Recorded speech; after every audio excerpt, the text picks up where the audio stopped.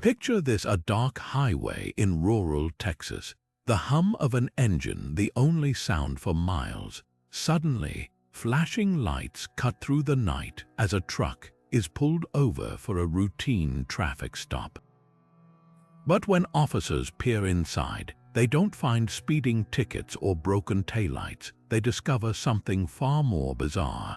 Hundreds of live snakes slithering in crates, their scales glinting under the flashlight beams. And hidden within their coiled bodies are tiny plastic bags of cocaine, stuffed inside like some twisted piñata. This wasn't just a drug bust, it was a scene so absurd, so downright surreal, it felt ripped straight from a Hollywood script. Yet this actually happened, and it's just one jaw-dropping example of the sheer creativity and outright insanity of America's war on drugs. Welcome to a world where reality outdoes fiction, where smugglers and law enforcement engage in a high-stakes game of hide and seek with rules no one could have predicted.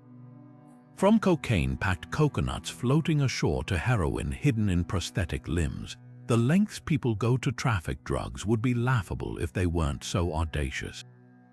And the cops, they've seen it all, chasing down suspects dressed as clowns, unraveling smuggling schemes involving frozen sharks, even busting a drug mule who tried to pass off a suitcase full of meth as artisanal soap. These aren't just crimes, they're spectacles, blending desperation, ingenuity, and pure absurdity into moments that leave you wondering, how did anyone think this would work? Today, we're diving deep into 29 of the most jaw-dropping, head-scratching drug busts in US history, a roller coaster of unbelievable true stories that shine a light on the weird, wild side of the drug trade. Whether it's a smuggler's over-the-top disguise or a hiding spot so ridiculous it defies logic, each tale is a reminder that truth really is stranger than fiction. So buckle up. By the end of this journey, you'll never look at a suitcase, a birthday cake, or even a live animal the same way again.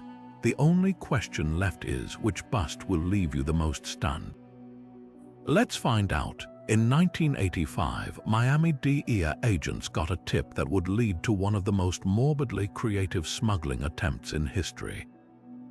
A funeral procession rolled up to a cargo plane at Miami International Airport, complete with a polished wooden casket, wreaths of white lilies, and a group of grief-stricken mourners in black veils.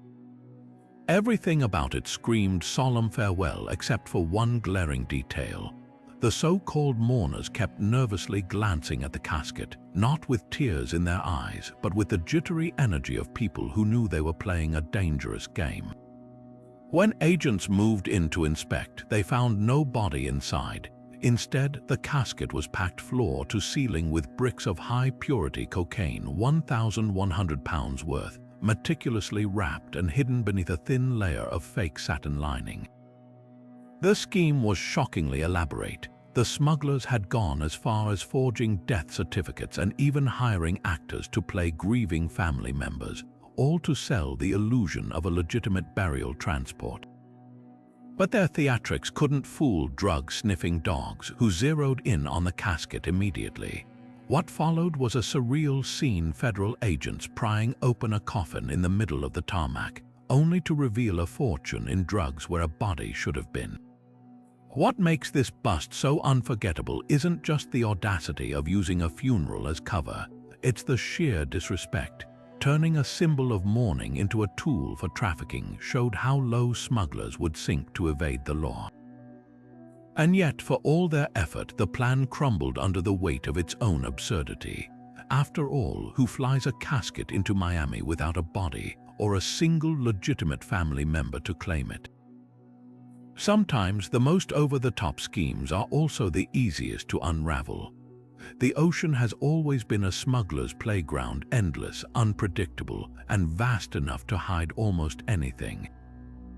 But in 2006, the US Coast Guard stumbled across something that redefined the meaning of creative trafficking. Floating silently in the waters off Costa Rica was a 54-foot-long submarine, not military-grade, not government-issued, but painstakingly handcrafted by drug cartels. This wasn't some rickety metal tube, it was a fully operational narco-sub, complete with a periscope, air conditioning, and cramped sleeping quarters for its crew. And inside, 3 metric tons of cocaine, stacked floor to ceiling like some underwater warehouse of doom.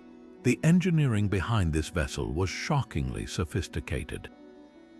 Built in the jungles of South America, the sub could dive up to 30 feet below the surface, slipping beneath radar detection while moving at a steady 9 miles per hour.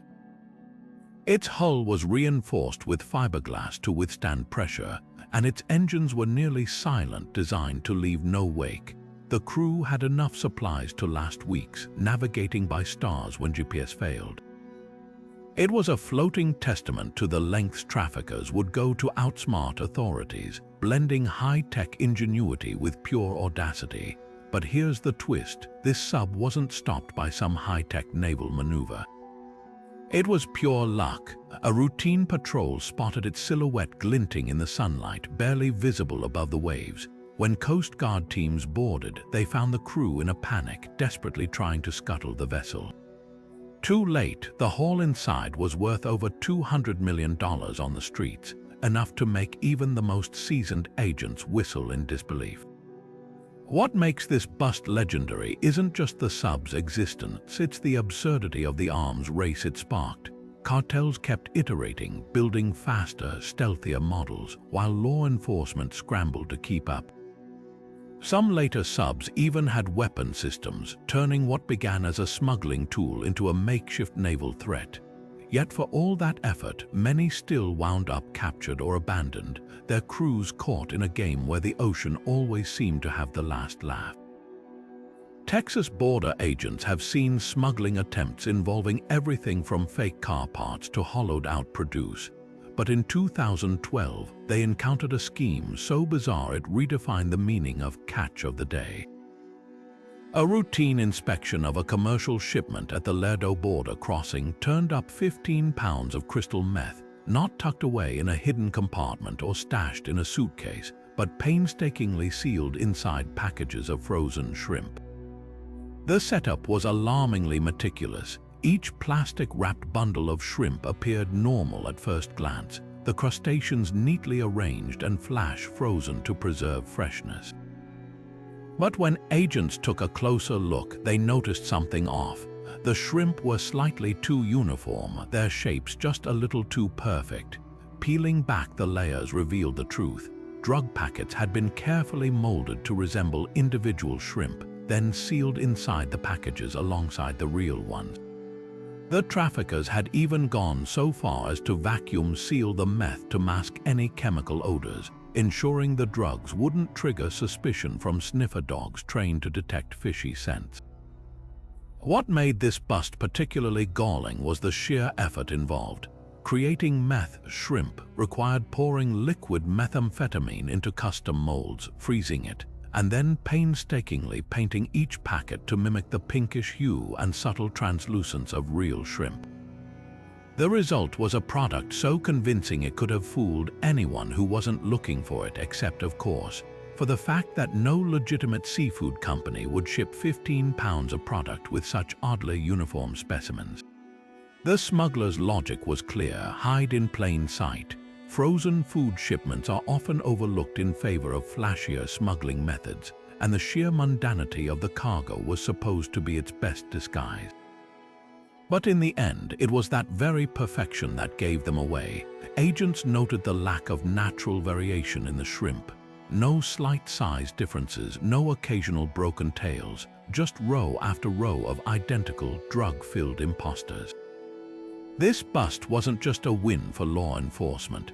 It was a reminder that traffickers will exploit even the most ordinary items in their desperation to evade capture. And while the frozen meth shrimp might sound almost comical in hindsight, it underscores a darker truth. The drug trade's innovation knows no limits, turning something as simple as a seafood dinner into a vehicle for destruction. Even the most sacred symbols aren't off limits when it comes to drug trafficking. A lesson law enforcement learned the hard way in two of the most blasphemous busts on record. The first unfolded in 2018 at Chicago's O'Hare International Airport, where customs officers noticed something strange about a stack of Bibles in a passenger's luggage. At first glance, they looked like ordinary religious texts, their gold-embossed covers gleaming under the baggage scanner. But when agents flipped through the pages, they found no scripture, just 5 pounds of heroin, meticulously packed into hollowed-out compartments where psalms and parables should have been. The smugglers had gone to unsettling lengths, carefully carving out the centers of each Bible and lining them with plastic-wrapped heroin bricks, then reassembling the covers to appear untouched. It was a sacrilegious twist on a classic smuggling tactic, exploiting the reverence most people have for religious items to avoid scrutiny.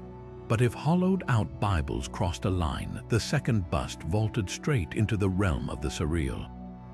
4 years earlier, at the San Diego-Tijuana border crossing, a driver rolled up with a 4-foot-tall Virgin Mary statue strapped into his passenger seat. The statue itself wasn't unusual. Devotional carvings are common in the region, but the sticky brown streaks running down its face certainly were. Closer inspection revealed the truth. The statue's eyes weren't weeping tears of divine sorrow, but leaking liquid methamphetamine. Traffickers had drilled hidden chambers into the statue's core, filling them with nearly 12 pounds of meth dissolved in solution. Over time, temperature shifts caused the drug to expand and seep through tiny pores in the statue's paint, creating the illusion of tear stains. The sheer theatricality of these schemes speaks volumes about the drug trade's moral flexibility. Smugglers didn't just hide drugs in religious objects, they weaponized faith itself, betting that officers would hesitate to dismantle a Bible or scrutinize a saint's statue too closely. And in a way, their logic wasn't entirely flawed. Customs agents later admitted religious items often get less scrutiny, precisely because they're treated with deference. But in both cases, small details gave the game away. The Bibles were oddly heavy for their size, and the statue's tears smelled faintly chemical under close inspection. What lingers about these busts isn't just the shock value. It's the uncomfortable question they raise. If traffickers are willing to exploit something as universally respected as religion, what's left that they won't turn into a smuggling tool? From hollowed-out scriptures to weeping saints, these cases prove that in the drug trade, nothing is sacred, not even the things that should be. Hot dogs, America's quintessential ballpark snack, the humble hero of backyard barbecues. But in 2019, Chicago police uncovered a version of this classic that nobody asked for: heroin-filled Franks.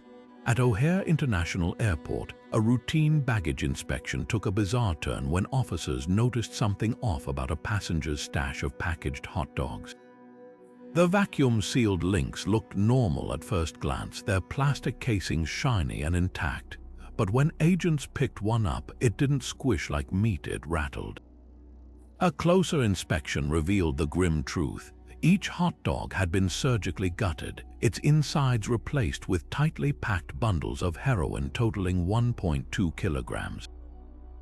The traffickers had gone to grotesque lengths to avoid detection, resealing the casings with near-invisible seams and even chilling the packages to mask any chemical scent. It was a stomach-churning twist on the old hide-in-plain-sight tactic after all. Who'd suspect a pack of ballpark Franks to be smuggling enough heroin to flood Chicago's streets for weeks? What made this bust especially jarring was the sheer mundanity of the disguise. Unlike flashy submarine smugglers or faux funeral processions, this scheme relied on something utterly ordinary. Hot dogs are the ultimate unremarkable cargo, cheap, mass-produced and forgettable. The smugglers banked on that invisibility, betting officers would gloss over a food item so commonplace it barely registered. But their plan had one fatal flaw: real hot dogs bend. When officers noticed the suspicious rigidity of the links, they knew they weren't dealing with Oscar Mayer's finest. The fallout was as absurd as the scheme itself. Federal agents spent hours carefully dissecting each hot dog, peeling back layers of plastic to reveal not ground meat and spices, but a powdery payload worth over $200,000. It was a surreal scene. Law enforcement huddled around a table piled with dismantled francs, their gloves dusted white with heroin residue. This bust didn't just highlight the creativity of traffickers, it exposed their willingness to weaponize everyday trust. Turning something as innocuous as a child's cookout favorite into a drug mule was a psychological play, exploiting the fact that most people don't scrutinize what's right in front of them. And while the hot dog heist might sound almost darkly comical, it underscores a darker reality. In the drug trade, nothing is too ordinary or too sacred to be corrupted. In the rolling hills of Kentucky, 1976 started like any other year. Tobacco fields stretching toward the horizon, small towns humming with quiet routine. That is, until a sheriff's deputy chasing a stray cow stumbled onto something far more explosive than anyone could have imagined. What looked like an ordinary stretch of farmland was actually a 10-acre marijuana plantation, its rows of lush green plants hidden between stands of corn. But the real shock wasn't the crop itself, it was the terrifying security system guarding it. The entire field was rigged with World War II-era landmines. Some still live, buried just inches below the soil. One wrong step, and the unsuspecting trespasser, whether law enforcement or curious local, would have been blown to pieces. The setup was military-grade paranoia. A network of underground bunkers dotted the property, staffed by armed caretakers who patrolled the fields with rifles and walkie-talkies.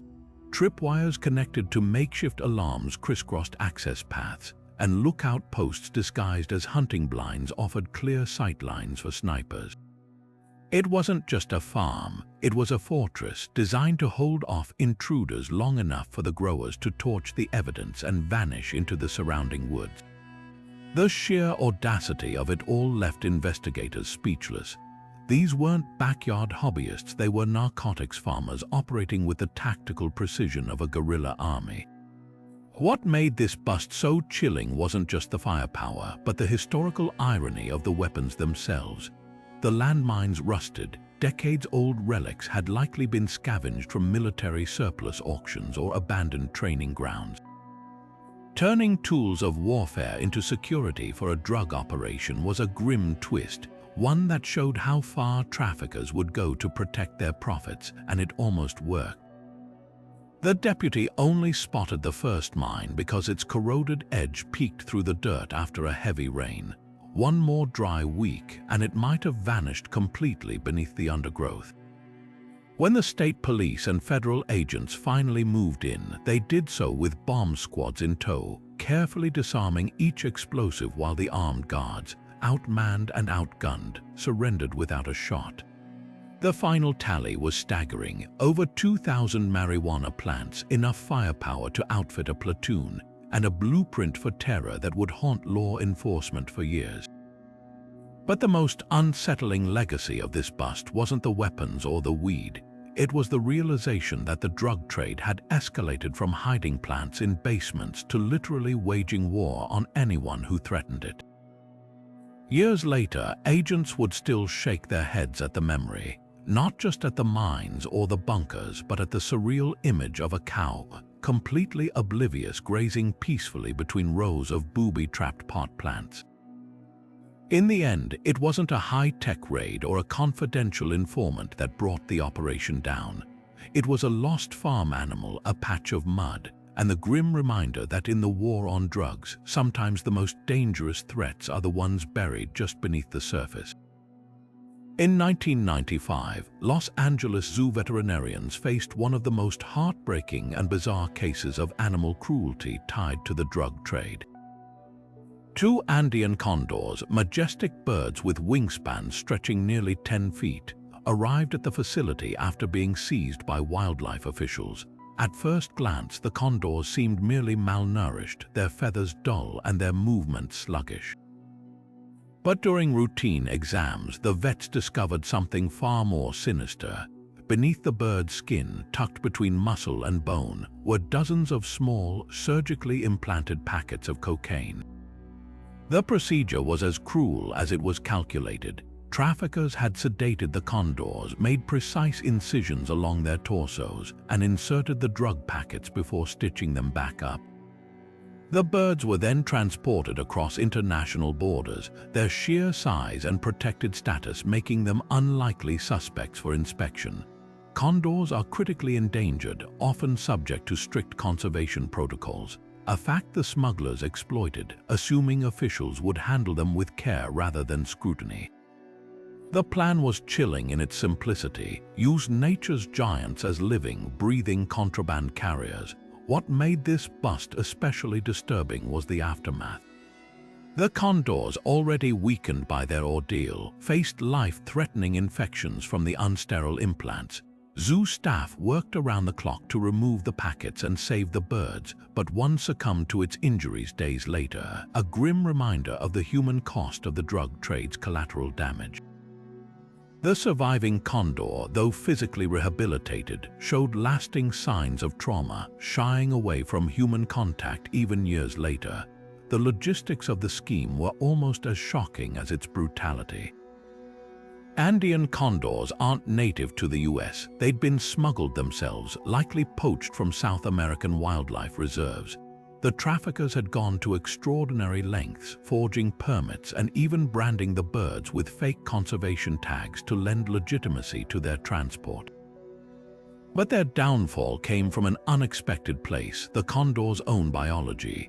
The drug's weight and the stress of captivity caused the birds to act erratically during a layover in Mexico, tipping off wildlife agents who noticed their labored breathing and unnatural posture. This bust didn't just expose a new low in smuggling tactics, it highlighted the dark intersection of wildlife trafficking and the drug trade. Condors, sacred in many indigenous cultures and symbols of ecological preservation, had been reduced to disposable vessels. For law enforcement, it was a wake-up call. If traffickers were willing to mutilate endangered species, no living creature was safe from exploitation. And for the public, the image of these magnificent birds turned into unwitting drug mules became a haunting symbol of the trade's ruthless ingenuity. The surviving condor eventually found refuge in a sanctuary far from the borders it had been forced to cross. But its story lingered, a stark question hanging in the air. In a world where even the skies weren't free from the drug war's reach, what wouldn't traffickers try next? In the summer of 2000, a routine noise complaint led Texas narcotics officers to a nondescript warehouse outside Austin, and what they found inside looked like something straight out of a twisted fairy tale. Floor-to-ceiling shelves overflowed with brightly colored gummy bears, lollipops, and fruit chews, their packaging a near-perfect mimicry of popular children's candy brands. But these weren't innocent treats. Each piece was saturated with liquid LSD, doses so precisely measured that a single gummy bear could send an adult into a 12-hour hallucinogenic spiral. The operation was staggering in scale. Tens of thousands of pieces, all painstakingly infused and packaged for distribution at music festivals and elementary school playgrounds alike. The method was diabolical in its simplicity. Workers would melt down bulk candy, stir in the LSD solution, then recast the mixture into molds bearing uncanny resemblances to mainstream products right down to counterfeit branding and nutrition labels. Some batches even included collector's edition seasonal shapes like Halloween-themed skull lollipops or Christmas tree gummies, making them irresistible to kids. The most chilling detail, many packages bore disclaimers like "for adult use only" in tiny print, a flimsy legal shield that did nothing to prevent the candy's vibrant colors and familiar logos from catching children's eyes. What set this bust apart wasn't just the volume of drugs, over 100,000 doses seized, but the callous targeting of young consumers. Unlike typical black market LSD blotter paper, these candies required no suspicious swallowing of paper tabs. They looked, smelled, and tasted like the real thing, eliminating the usual barriers that might deter accidental ingestion. During the raid, agents found shipping manifests revealing orders from daycare suppliers and pediatric dentist offices, suggesting traffickers were actively trying to infiltrate spaces where kids would encounter them. The warehouse itself was a surreal hybrid of drug lab and candy factory. Industrial mixers whirring beside rainbow-stained countertops, bindles of LSD stored in bins labeled flavor extracts, and workers in hairnets using pastry syringes to inject liquid acid into lollipop centers. The fallout was immediate and explosive. News footage showed agents hauling away pallets of candy in biohazard containers, while health departments issued statewide alerts about the lookalike products. For parents, the realization that something as innocent as a gummy bear could be weaponized sparked nationwide panic. Supermarkets pulled legitimate candy from shelves as rumors spread, and Halloween trick-or-treating numbers plummeted that year in Texas. Perhaps the most haunting legacy of this bust wasn't the drugs themselves, but the psychological line it crossed. Traffickers had weaponized nostalgia, exploiting the universal trust placed in childhood treats. Even after the warehouse was shuttered, the specter lingered. How many of these candies had already made it into lunchboxes or birthday party favor bags? And in a world where drugs could wear the face of something so innocent, how could anyone, especially a child, tell the difference? 2 decades later, the image of those rainbow-colored gummy bears glistening with poison beneath fluorescent warehouse lights remains one of the drug war's most unsettling symbols. Proof that when it comes to deception, some lines aren't just crossed, they're erased completely. In 1983, customs officers at New York's JFK Airport faced a scene straight out of a nightmare. A shipment labeled "Exotic Pets" from Colombia contained 6 live Burmese pythons, each over 12 feet long and suspiciously lethargic. When veterinarians sedated the snakes for examination, X-rays revealed the horrifying truth. Their digestive tracts were packed with dozens of latex-wrapped heroin pellets. The traffickers had force-fed the reptiles nearly 4 pounds of heroin, exploiting their slow metabolisms to keep the drugs intact during transit. Worse, the pythons had been starved for weeks to prevent natural digestion, their bodies weakened to near death. The cruelty of the scheme was matched only by its audacity, turning living creatures into walking, slithering drug containers. But if the python bust was shocking, what happened 8 years later in Miami pushed absurdity to new heights. A local pigeon racing club became the unlikely center of a 2,000-pound cocaine bust when authorities noticed something peculiar about their champion birds. These weren't your average city pigeons, they were elite racing specimens bred to carry messages across battlefields in wartime. Now they'd been repurposed as drug couriers. Traffickers had crafted tiny, aerodynamic harnesses that clipped onto the pigeons' backs, each holding 100 grams of cocaine.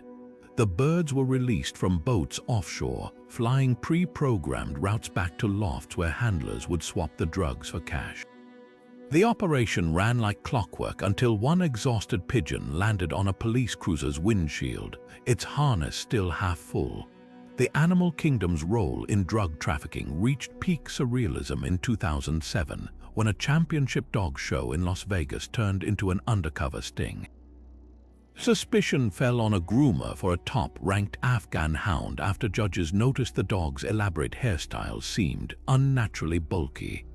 A search revealed custom-made false panels in the dog's grooming totes, packed with crystal meth worth over $300,000. The compartments were masterfully hidden false bottoms in shampoo bottles, hollowed-out brushes, even meth stitched into the lining of the dog's own embroidered show coat. The Afghan's flowing fur provided perfect cover during inspections, while its premium pedigree guaranteed minimal scrutiny. Who'd suspect a best-in-breed winner of being a 4-legged drug mule? What ties these cases together isn't just the use of animals, it's the chilling calculus behind them. pythons, pigeons, and show dogs were chosen not at random, but for specific biological advantages: reptiles' slow digestion, birds' homing instincts, purebred dogs' privileged access. Each scheme reflected a dark understanding of animal behavior, weaponizing nature's own designs for profit. And while the pythons survived their ordeal thanks to emergency veterinary care, the pigeons weren't so lucky. Many collapsed mid-flight from exhaustion and overdose, their bodies washing ashore with cargo intact. For law enforcement, these busts forced uncomfortable questions about the limits of smuggling detection.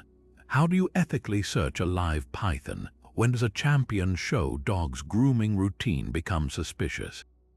The answers led to new protocols: veterinary screenings for exotic pets, radar tracking of rogue bird flocks, even canine drug-sniffing dogs trained to inspect other dogs.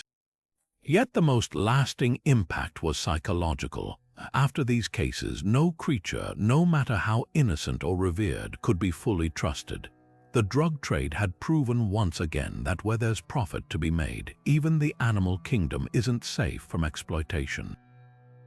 The final irony: the show dog's owner, during sentencing, tearfully insisted the Afghan hound had no idea it was smuggling drugs. The judge's reply: neither did the pigeons. Neither did the snakes. In the end, that was the point: these animals weren't accomplices. They were prisoners, just like every other victim of the drug war's endless, escalating insanity.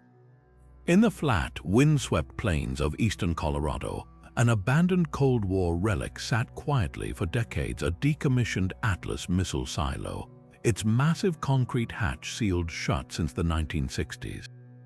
To locals, it was just another piece of forgotten history, a ghostly reminder of nuclear tensions long past.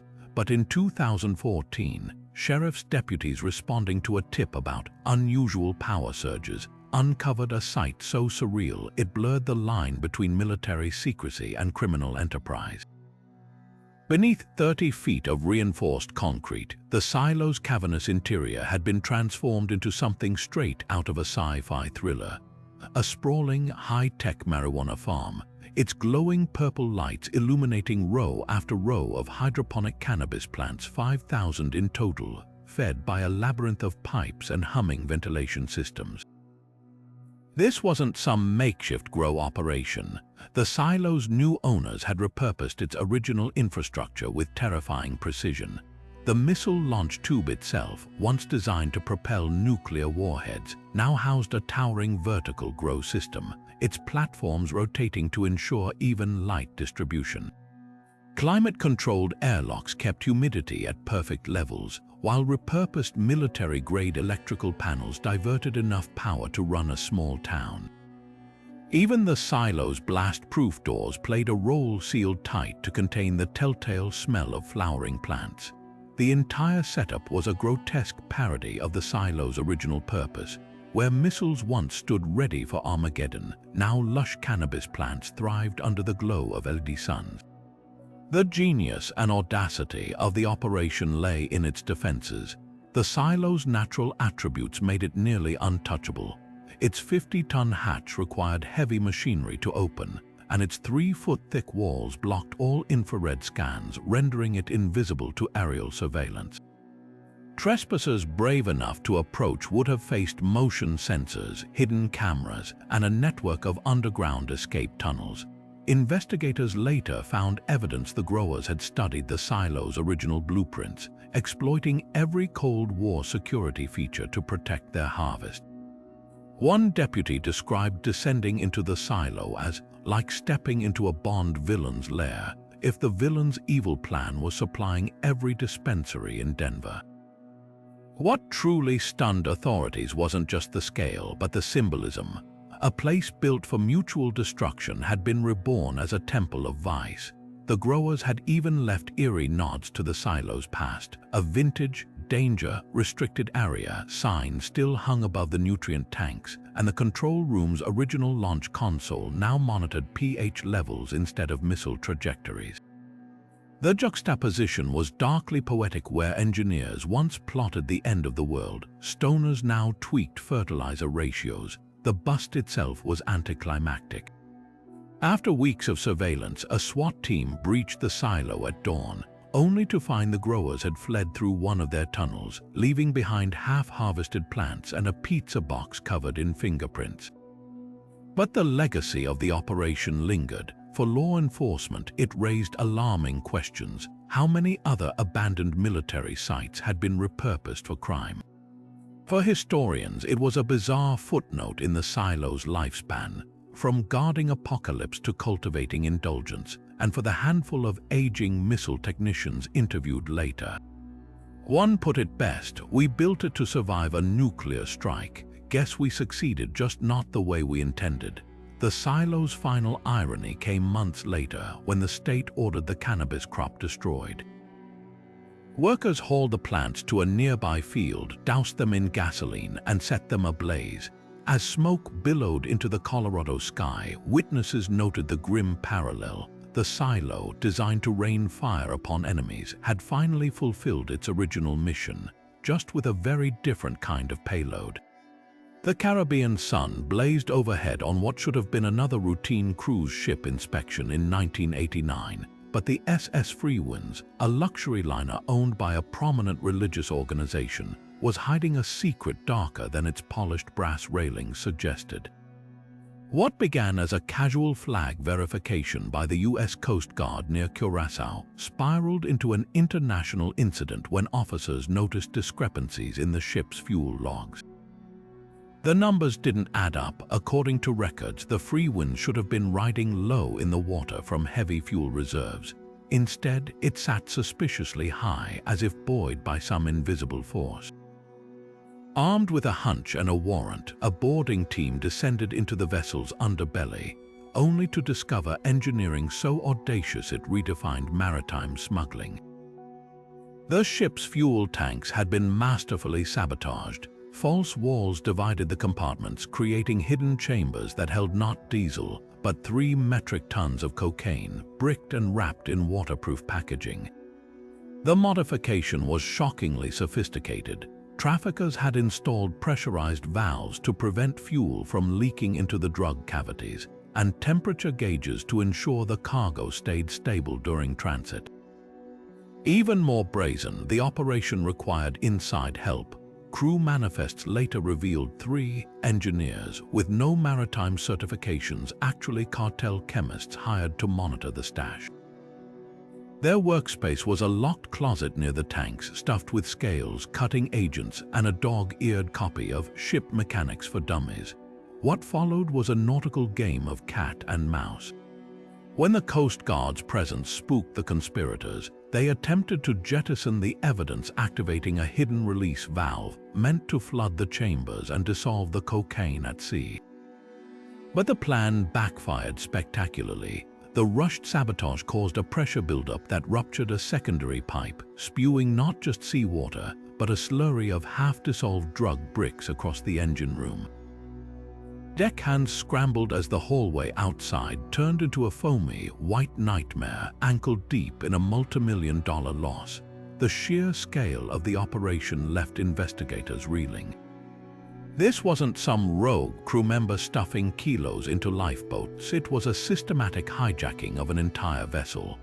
The Freewind's legitimate passengers, mostly wealthy retirees and spiritual seekers, had unwittingly served as human camouflage, their presence lending an air of unimpeachable legitimacy. Even the ship's owners were initially duped. Corporate filings later showed the cartel had leased the vessel through a shell company, its true purpose veiled behind layers of paperwork.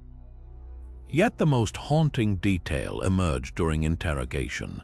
The traffickers chose the Freewinds not despite its religious ties, but because of them. Its spotless reputation made it the ultimate gray man of the seas, a ship so above suspicion that customs agents rarely glanced at its paperwork twice. The strategy worked flawlessly for months, with the liner making weekly runs between Colombia and the Caribbean, its hull packed with enough cocaine to destabilize entire cities. In the end, it wasn't advanced surveillance or a tip that brought the Freewinds down. It was physics. The altered fuel tanks threw off the ship's weight distribution just enough to catch a sharp-eyed lieutenant's attention during a routine docking inspection. The bust became a wake-up call for maritime security, exposing how easily traffickers could exploit the cruise industry's lax oversight, and for the cartel. The loss was more than financial, it was a humiliation. Their floating palace of vice, a masterpiece of criminal engineering, sunk not by rival gangs or navies, but by a handful of math errors in a fuel log. As authorities hauled away the last waterlogged bales, one question lingered. How many other respectable ships were gliding across the waves, their gleaming hulls hiding secrets just as monstrous? The free winds proved that in the drug trade, even the most sacred facades could be hollow literally. In the heart of Atlanta, the Oakwood neighborhood's local McDonald's had always been a fixture, a place where late-night fry cravings and early morning coffee runs played out like clockwork. But in 2017, this unassuming fast food joint became the center of a drug operation so brazen it redefined the meaning of fast service. For months, customers pulling up to the drive-thru noticed something odd. The menu board's usual options now included whispered add-ons like special sauce or Happy Meal upgrades. Those who knew the code could place an order for a quarter-pounder, then receive a heroin-filled packet tucked neatly beneath the bun, its contents worth 10 times the burger's price. The scheme was shockingly smooth. Dealers had infiltrated the kitchen staff, turning the restaurant's bustling efficiency into the perfect cover. Crew members working the grill would prep drug orders between flipping patties, sealing heroin in grease-proof paper identical to the wrappers used for actual food. Drive-thru headsets, usually buzzing with requests for extra pickles or milkshakes, now carried hushed conversations about purity levels and pickup times. Even the cashiers were in on it, processing drug payments through the register and handing back change alongside innocuous receipts. To anyone watching, it looked like another busy shift under the golden arches. But the truth was far darker. This wasn't fast food. It was a drive-thru drug den, serving up addiction with a side of fries. What set this operation apart was its chilling normalization. Unlike back-alley deals or shady parking lot exchanges, this was heroin with the veneer of corporate respectability. Customers could literally order drugs without leaving their cars, shielded by the mundanity of a McDonald's run. The playbook was simple: exploit the rhythm of everyday life, morning commuters getting breakfast, perfect cover, families stopping for McNuggets, ideal camouflage. The restaurant's constant flow of legitimate customers made surveillance nearly impossible. Who'd suspect the minivan in line was waiting for a drug-laden Happy Meal? But the traffickers' downfall came from an unexpected source: the food itself. A sharp-eyed district manager noticed inconsistencies in inventory, specifically an unusual surplus of unused burger wrappers paired with a suspicious shortage of condiment packets. When corporate launched an internal audit, employees panicked. One spilled the truth during a routine staff meeting, describing how drug orders were timed to coincide with lunch rushes when the kitchen's chaos provided ideal distraction. The raid that followed was surreal. Federal agents in tactical gear stormed the restaurant at peak hours, their raid jackets clashing absurdly with the cheerful decor. Patrons watched trays frozen midair as officers pulled bricks of heroin from under heat lamps and pried open milkshake machines stuffed with cash, the most damning evidence. A handwritten ledger disguised as a staff schedule, detailing drug sales in columns labeled "Special Orders." This bust didn't just expose a drug ring, it revealed how deeply trafficking could embed itself in plain sight. A place synonymous with family meals and childhood birthdays had been weaponized, its familiarity turned into a tactical advantage. And while the McDonald's franchise itself was cleared of wrongdoing, the rogue employees arrested were contractors, not corporate hires. The damage lingered. For regulars who'd unknowingly eaten fries beside heroin packets, the psychological whiplash was profound. How many other everyday spaces, gas stations, pharmacies, daycare drop-offs could hide similar secrets? The final twist: after the bust, the restaurant stayed open, Within hours, new staff were flipping burgers, the drive-thru humming again. Life moved on just without the special sauce. And for law enforcement, that was the most haunting lesson of all. In the drug trade, even the most ordinary places could become extraordinary risks. In 2008, a quiet cul-de-sac in Beverly Hills became the backdrop for one of the most audacious drug operations ever uncovered, a mansion where wealth and criminality merged in a way that left even seasoned narcotics agents stunned. The property, a 12,000-square-foot Mediterranean-style estate with sweeping canyon views, had long been the envy of neighbors. Its perfectly manicured hedges, imported marble fountains, and gated driveway screamed old money elegance. But behind those wrought iron gates lay a secret so extravagant it redefined the meaning of high-end crime. Every single interior wall had been hollowed out and rebuilt as a clandestine meth lab, disguised with such precision that the home still looked like something out of Architectural Digest. The deception was staggering in its detail. What appeared to be ornate wainscoting hid ventilation ducts for chemical fumes. Crystal chandeliers doubled as distillation apparatuses, their prisms designed to diffuse telltale odors. Walk-in closets boasted custom shelving that concealed pressurized gas tanks, while the master bathroom's steam shower masked the sound of bubbling reaction flasks. Even the mansion's showpiece, a 20-foot limestone fireplace, was a front. Its flue rerouted to vent toxic byproducts through underground pipes that emptied half a mile away. This wasn't just a lab, it was a masterpiece of criminal engineering where every design choice served dual purposes: luxury for the eyes, lethality for the drug trade. The operation scale was equally mind-bending. With 4 production zones spread across the mansion's 3 floors, chemists could synthesize up to 50 pounds of meth weekly, all under the guise of hosting high society galas.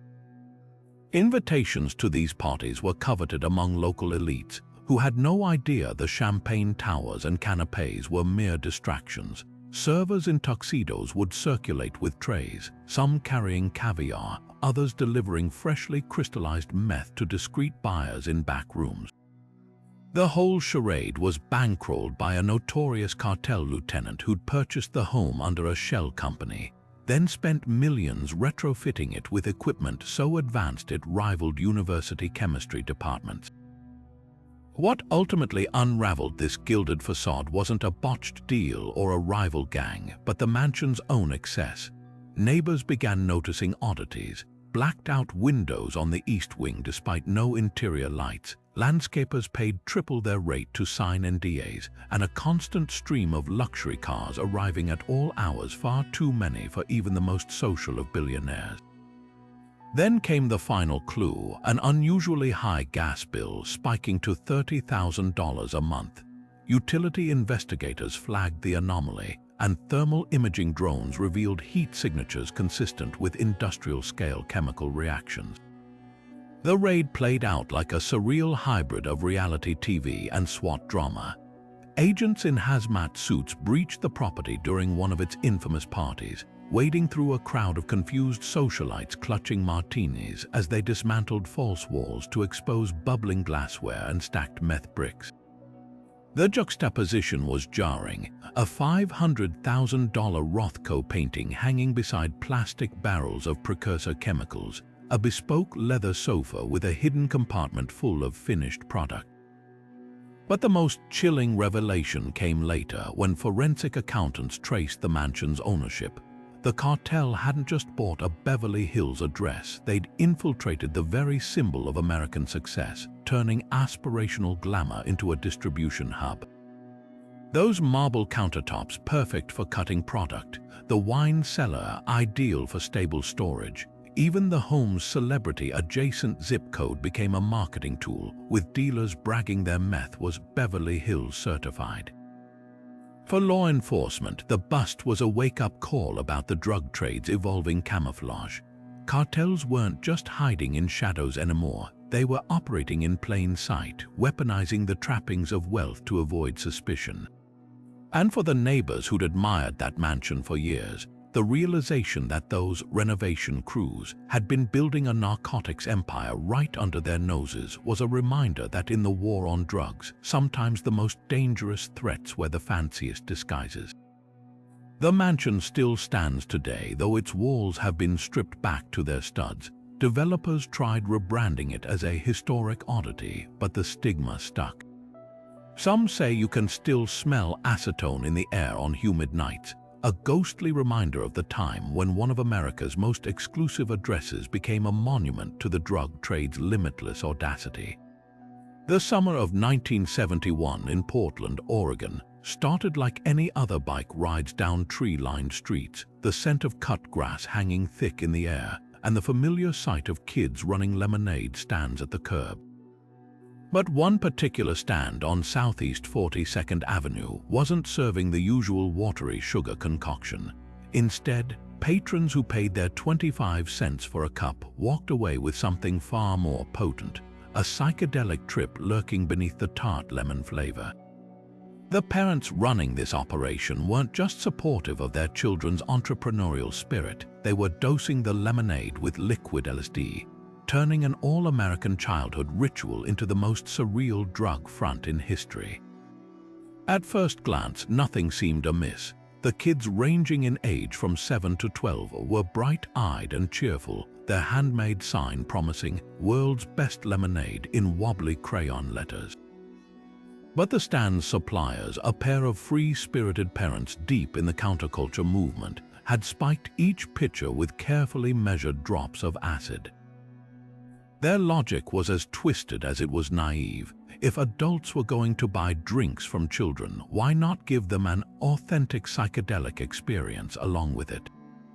The parents even coached the kids on what to say if customers seemed extra happy afterward, phrases like, "Our lemonade has magic in it," unaware they were turning their own children into unwitting drug mules. For nearly 2 weeks, the stand operated without suspicion. Neighbors sipped their drinks and wandered off into increasingly vivid afternoons, attributing their heightened perceptions to Portland's famous sunshine or perhaps something in the water. One postal worker reportedly abandoned his mail truck mid-route to lie in a nearby park, marveling at the kaleidoscope clouds. Another customer, a local pastor, ended up preaching to a flock of imaginary birds in his driveway. Yet no one connected these episodes to the smiling kids and their innocent-looking stand, until a 12-year-old named Jenny, noticing her parents adding special lemon juice to the pitchers every morning, mentioned it to her school counselor during a lesson on stranger danger. The fallout was as bizarre as the scheme itself. Police raided the family's bohemian-style home to find walls plastered with psychedelic art, shelves stocked with homemade LSD vials labeled sunshine drops, and a dog named Kaleidoscope who may or may not have been microdosing. The parents, when confronted, seemed genuinely baffled by the outrage, insisting they'd only wanted to share enlightenment with the community. Meanwhile, horrified neighbors grappled with the realization that their kids might have ingested leftover acid from unwashed cups, or worse, that they'd paid quarters to send the local PTA president on an unplanned 8-hour journey through the cosmos. What makes this case unforgettable isn't just the staggering negligence, but the irony at its core. The same parents who'd lectured their children about the dangers of taking candy from strangers had turned those children into the strangers handing out danger. Their miscalculation was almost poetic. In their quest to subvert the system, they'd weaponized the ultimate symbol of suburban innocence, a lemonade stand, and in doing so, exposed how easily trust could be perverted. The children, thankfully, showed no signs of long-term harm, though several admitted to counselors that the lemonade had tasted kinda weird. As for the parents, their sentence included mandatory rehab and a judge's scathing remark that still echoes in drug enforcement law. You didn't just break the law, you broke the social contract, the one that says kids get to be kids and lemonade is just lemonade. Decades later, the stand remains a cautionary tale about the drug culture's collateral damage, proof that when psychedelic idealism crashes into reality, the ones left holding the cups are often the last to understand what's really in them. The saguaro cactus stands as an icon of the American Southwest, a towering, prickly sentinel that can live 200 years and grow over 40 feet tall. To the people of Arizona, these plants are sacred, protected by law, and treasured as living monuments. But in 1998, authorities discovered just how far smugglers were willing to go to exploit even nature's most revered symbols. What began as a routine inspection at a Phoenix shipping yard unraveled into one of the most bizarre botanical drug busts in history. 200 pounds of high-grade cocaine, carefully concealed inside the hollowed-out stems of 12 massive saguaros destined for a New York flower shop. The scheme was as ingenious as it was sacrilegious. Traffickers had selected mature saguaros from remote desert locations, carefully drilling access holes near the base of each plant. Using surgical precision, they scooped out the cactus's spongy interior just enough to nestle brick-shaped cocaine packages wrapped in moisture-proof lining, then sealed the openings with a mixture of epoxy and natural-looking cactus fibers.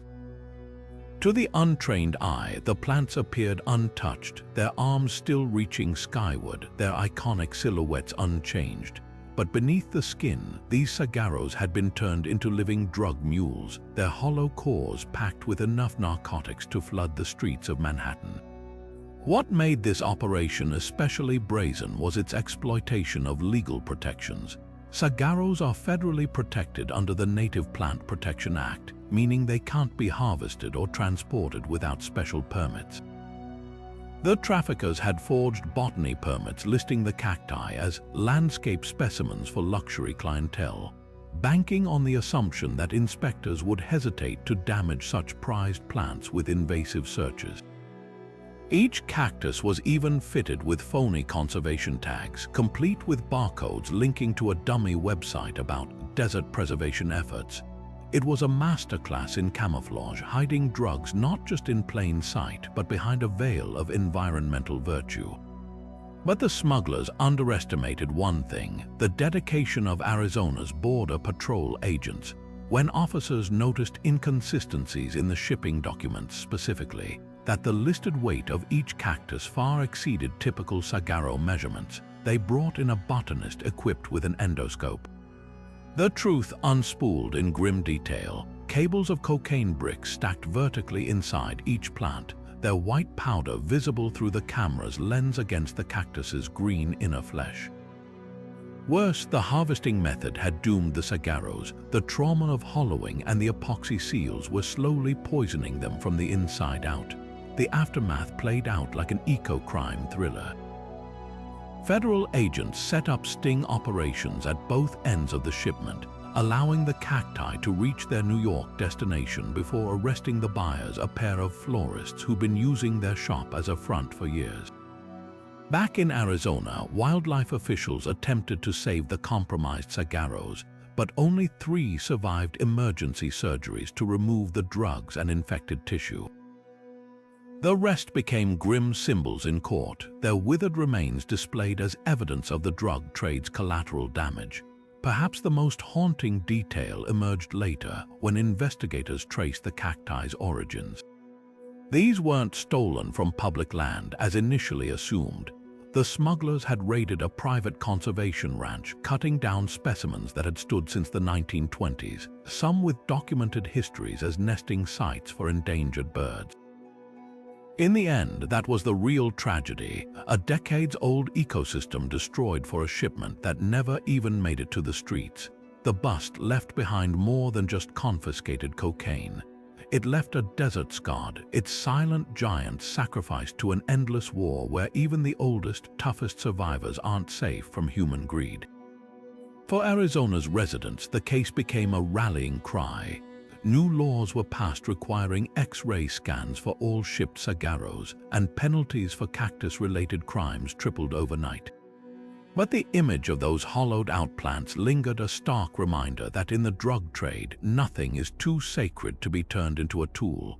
Even the mighty saguaro, a symbol of resilience, could be gutted and used until there was nothing left but a shell. And if that could happen to the desert's toughest warriors, what chance did the rest of society have? The Detroit River had seen its share of smuggling attempts over the years, speedboats under cover of darkness, drones slinging contraband across the water, even scuba divers towing waterproof drug pods. But nothing could have prepared border agents for the spectacle that emerged from the fog on a chilly October night in 2003. A rumbling, home-built hovercraft, its skirt inflated like some mad scientist's invention, skimming across the water with 200 pounds of heroin strapped to its makeshift deck. This wasn't just another drug run, it was a DIY engineering nightmare, cobbled together with stolen marine parts, repurposed snowmobile engines, and a terrifying disregard for physics.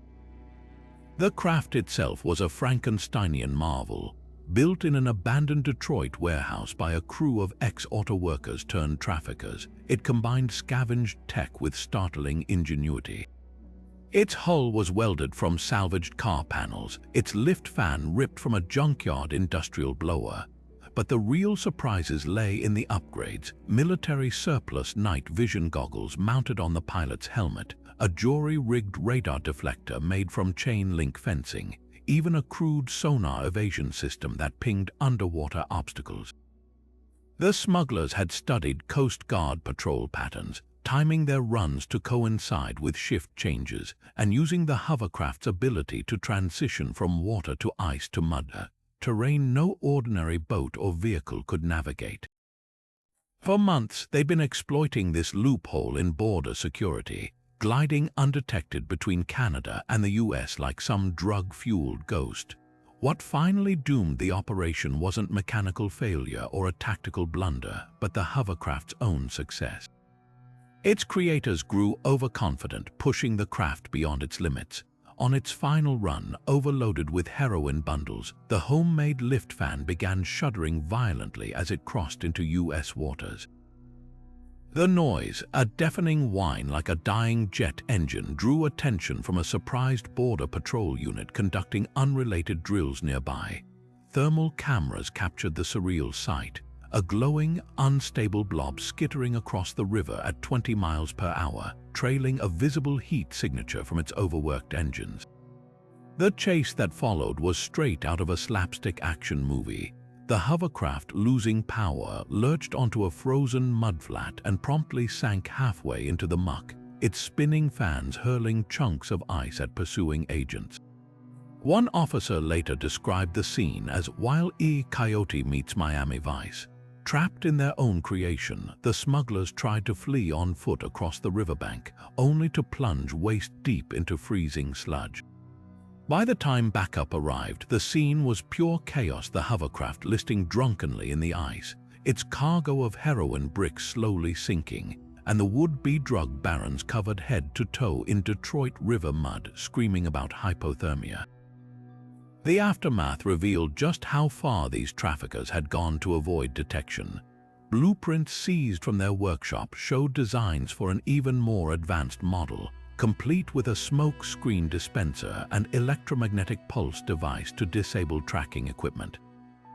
Interviews with the builders revealed they'd tested early prototypes in suburban swimming pools, drawing complaints from neighbors about weird pool parties with way too much engine noise. For border security, the bust was equal parts hilarious and horrifying proof that smugglers would literally reinvent transportation to evade the law. The hovercraft itself, hauled into an impound lot, became a sort of macabre tourist attraction for agents, its rusted hull and duct-taped controls standing as a monument to criminal ingenuity. And for the traffickers, their sentence included a judge's sarcastic suggestion that next time maybe try a bicycle. But the real lesson lingered long after the mud dried. In the drug war's arms race, even the most outlandish ideas could briefly take flight. And when they crashed, they did so spectacularly. Central Florida's Old Sun Splash Water Park had been crumbling for years, its towering slides bleached by the sun, its once bright paint peeling into the empty pools below. Locals knew it as a ghost of summers past, a place where rusted turnstiles creaked in the wind and faded signs still promised endless fun. to no one. But in 2016, narcotics agents storming the abandoned park found something no brochure could have advertised. The wave pool wasn't empty. It was a thriving marijuana farm, its concrete basin transformed into a lush green sea of cannabis plants stretching from the shallow end to the deep. The operation was staggering in both scale and audacity. Traffickers had hijacked every inch of the derelict park, turning childhood memories into a full-scale narcotics factory. The lazy river, now a looping irrigation system feeding hundreds of plants, the souvenir shops converted into trimming rooms where workers processed harvests under flickering neon signs that still read sunscreen and snacks. Even the park's iconic funnel slide served a new purpose. Its twisting tube rerouted to vent grow lamp heat through the park's original ventilation system. The whole setup was a grotesque parody of the water park's former life, where the only splash left was the sound of nutrient buckets being dumped into the wave pool. What truly set this bust apart was the traffickers' attention to detail. They'd preserved just enough of the park's facade to maintain the illusion of abandonment from the outside. Weeds were deliberately allowed to overgrow the parking lot, and broken windows went unrepaired to sell the image of disuse. But inside, the changes were surgical. The park's original electrical grid, built to power water pumps and carnival rides, now hummed under the load of industrial grow lights. Staff dormitories housed armed guards posing as caretakers, while the ticket booths became watch posts with monitors fed by hidden cameras along the perimeter. The raid itself played out like a surreal action sequence. SWAT teams breached the park at dawn, their boots crunching over decades of cracked pavement as they fanned out between dormant attractions. One officer later described the moment they reached the wave pool. It was like stumbling into some dystopian garden. These giant plants swaying where kids used to float on inner tubes, their roots buried in what used to be 12 feet of chlorinated water. The scene only grew stranger as agents moved deeper. Bagged harvests stored in defunct popcorn machines, cloning stations set up in the lifeguard chairs, even a makeshift quality control lab inside the park's iconic pirate ship. For investigators, the most chilling discovery wasn't the drugs, but the evidence of long-term planning. Ledgers showed the operation had run undetected for nearly 2 years, with harvests timed to tourist seasons to explain increased vehicle traffic. The traffickers even staged occasional vandalism to explain debris once setting fire to an empty snack bar as misdirection while they expanded their grow rooms. Their masterstroke, using the park's original water filtration system to mask the telltale odor of flowering plants, pumping the scent through miles of underground pipes until it dissipated harmlessly over the property. The fallout rippled far beyond the bust itself. Environmental teams spent weeks draining the wave pool's contaminated water, now laced with fertilizers and pesticides. Preservationists mourned the vandalism of a local landmark, its vintage signage and retro architecture sacrificed for crime, and for the neighbors who'd grown up with sun splash. The betrayal cut deep. One resident who'd worked the park's concession stand as a teen told reporters through tears, "We used to have birthday parties there. Now I'll never look at that place the same way again." In the end, what lingered wasn't just the absurdity of a water park turned drug farm, but the grim efficiency of it all. Every slide, every attraction, every inch of the park had been repurposed with cold precision. The traffickers hadn't just hidden in an abandoned building, they'd resurrected a corpse of Americana and hollowed it out for parts.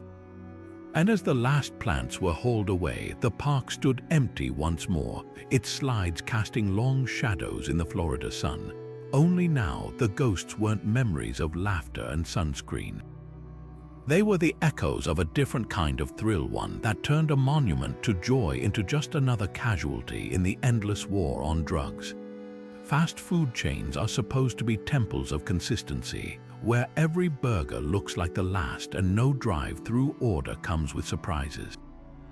But in 2015, a Taco Bell in Albuquerque proved even the most predictable menus can hide shocking twists.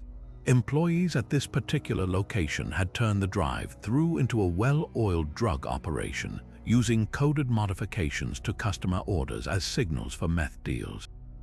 A request for extra red sauce on a crunch wrap really meant a gram of meth tucked into the foil wrapper. No onions signaled the buyer wanted 2 pills instead of 1. The scheme ran like clockwork for months, with workers memorizing regular customers' orders and handing out paper bags that contained far more than just late-night chalupas. The genius of it lay in its simplicity. Who'd suspect the person handing you a nacho fries box might be sliding something far more illicit across the counter? But the real kicker came when undercover agents infiltrated the operation by doing the one thing no actual customer ever does: sending a meal back. A detective, playing the role of a disgruntled patron, complained his taco lacked the usual kick, a phrase workers recognized as a request for a meth sample. The resulting drug handoff was captured on bodycam, showing a fry cook nonchalantly dropping a baggie into a sauce packet before sealing it with a sticker that read "Smile." Your season just right. The bust netted 7 employees and 12 regular customers, all caught in a scheme that turned dollar menu items into a drug dealer's ledger. Meanwhile, in Orlando, 29, the king wasn't serving burgers, he was peddling euphoria. A Burger King location became the epicenter of a bizarre ecstasy ring after health inspectors noticed something off about the special sauce on their Whoppers. Lab tests revealed the sauce wasn't mayo-based at all. It was a gelatinous mix of dissolved MDMA, brushed onto buns to give unsuspecting customers an unexpected trip with their combo meals. The operations mastermind, a shift manager with a background in food science, had perfected the recipe to mimic the texture of standard sauce while packing enough ecstasy to kick in within 20 minutes of consumption. The setup was shockingly brazen. Workers would mark certain receipts with a tiny crown stamp, alerting the kitchen to swap standard sauces for the drugged version. The targets, mostly clubgoers and college students who'd unknowingly consumed the spiked burgers before nights out, mistaking their sudden euphoria for alcohol or energy drinks. The scheme unraveled when a student, experiencing an unusually intense reaction, had her burger tested at a campus lab. The resulting investigation uncovered over 500 doctored meals served across 3 months, with some containing enough MDMA to hospitalize inexperienced users. And then there were the Pizza Cars, 1993's most deliciously deceptive smuggling operation. A Domino's franchise in Miami was exposed as a front for a cocaine distribution network, its fleet of delivery vehicles modified with hidden compartments behind ovens designed to keep pies warm. The genius of the scheme lay in its dual functionality. The same heating elements that kept pepperoni pizzas toasty also maintained the ideal temperature for preserving cocaine's potency during transport. Drivers made legitimate deliveries by day, but after dark, they'd switch to special orders, pies topped with dummy cheese that concealed kilos of product beneath. The operation's downfall came from an unlikely source, a real customer's complaint about a chemical aftertaste. When investigators discovered traces of cocaine on the complaint's pizza box, they traced it back to a driver who'd accidentally contaminated a pie while transferring bricks from his oven compartment. The subsequent raid revealed a distribution network stretching across 6 states, all fueled by the ultimate irony. A business built on 30 minutes or less delivery had become the slowest moving drug bust in Miami history, with agents spending days disassembling hundreds of pizza ovens to uncover every last gram. What ties these cases together isn't just the fast food disguises, it's the way traffickers exploited the rhythms of everyday life.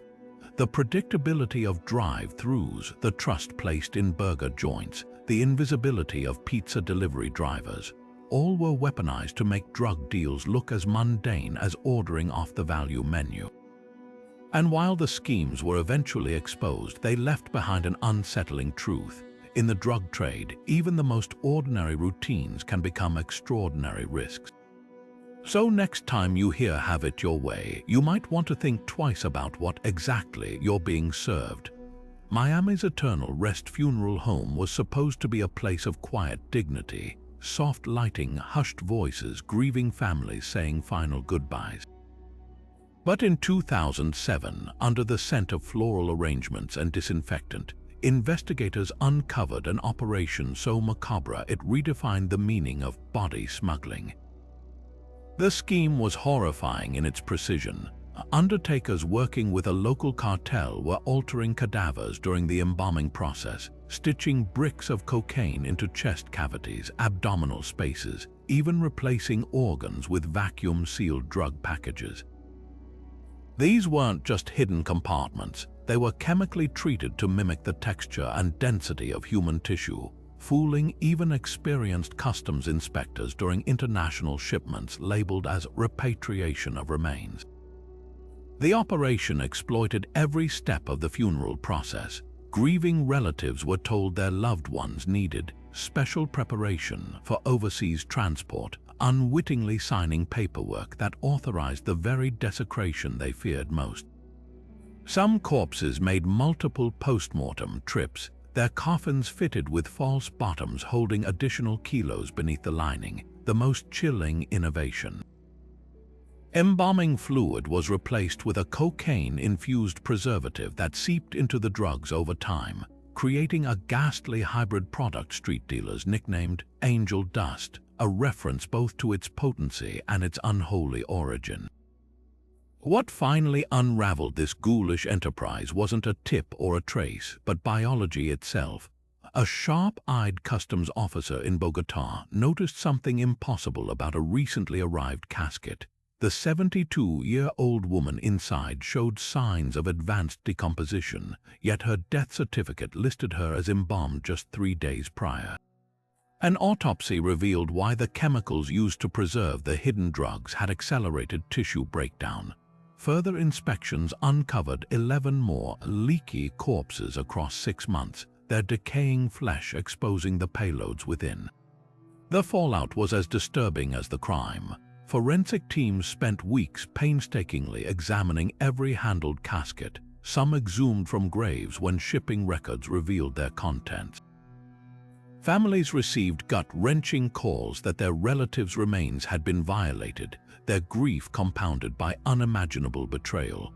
One widow collapsed upon learning her husband's coffin had contained 30 pounds of cocaine where his heart should have been.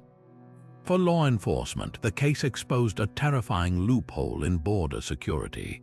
Funeral shipments typically receive minimal scrutiny, a sacred courtesy the cartel weaponized with grotesque calculation.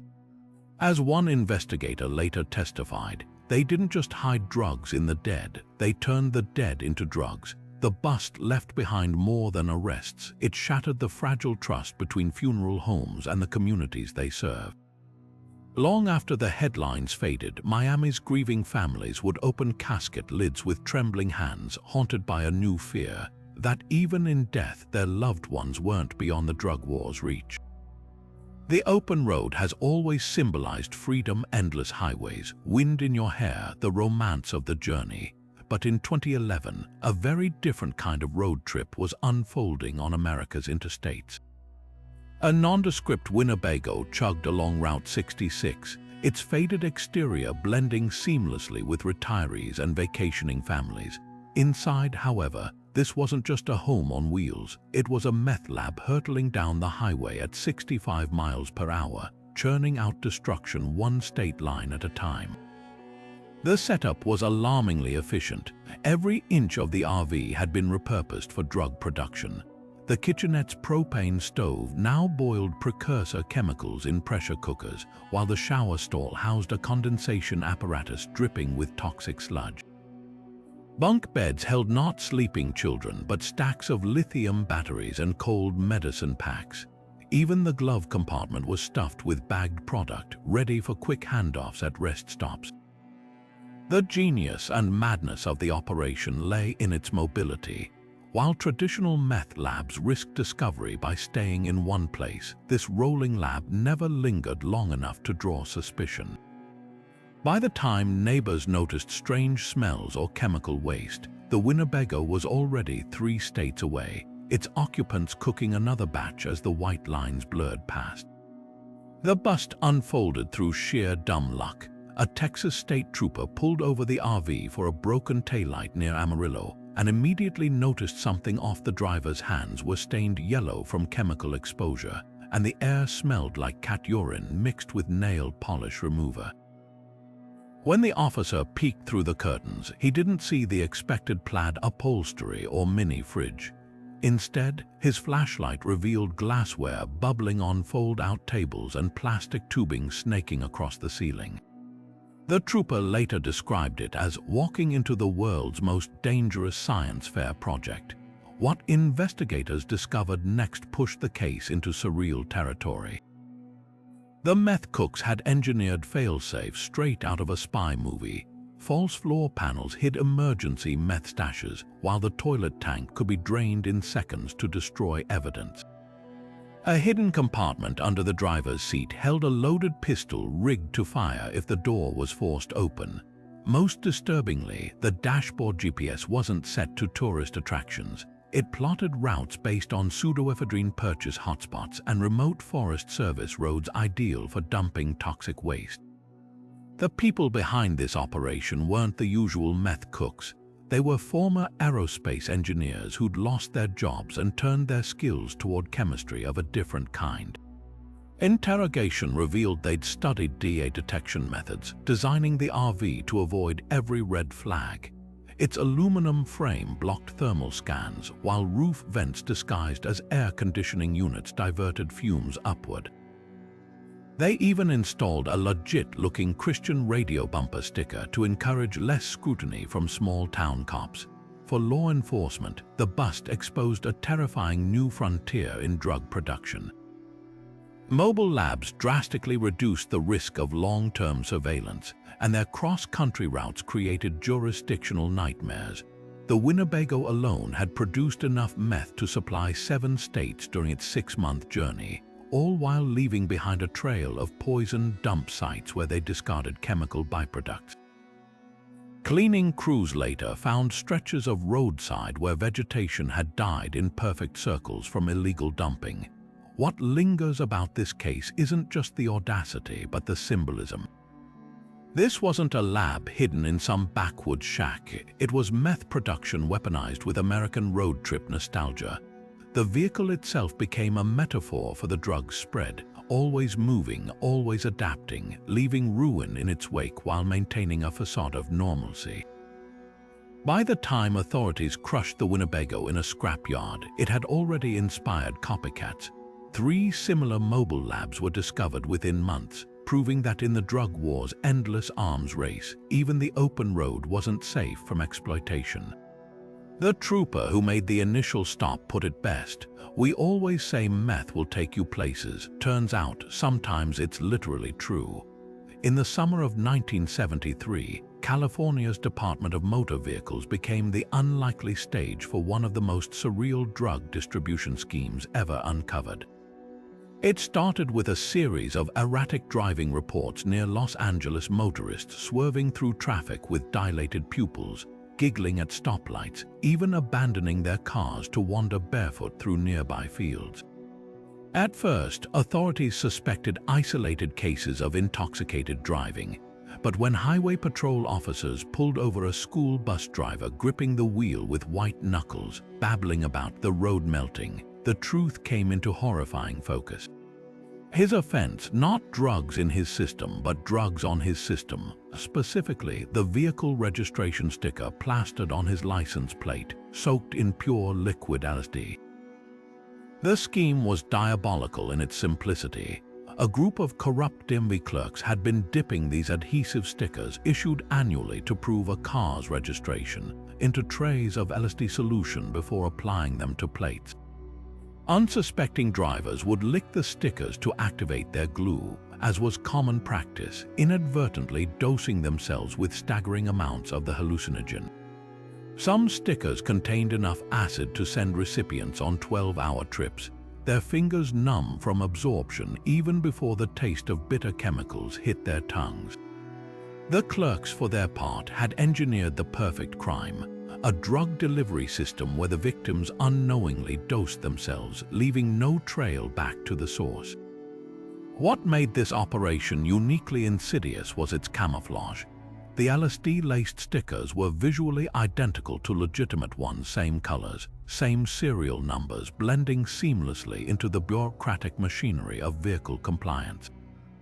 The clerks even rotated their special stickers among normal ones to avoid patterns, ensuring no single DMV office drew suspicion.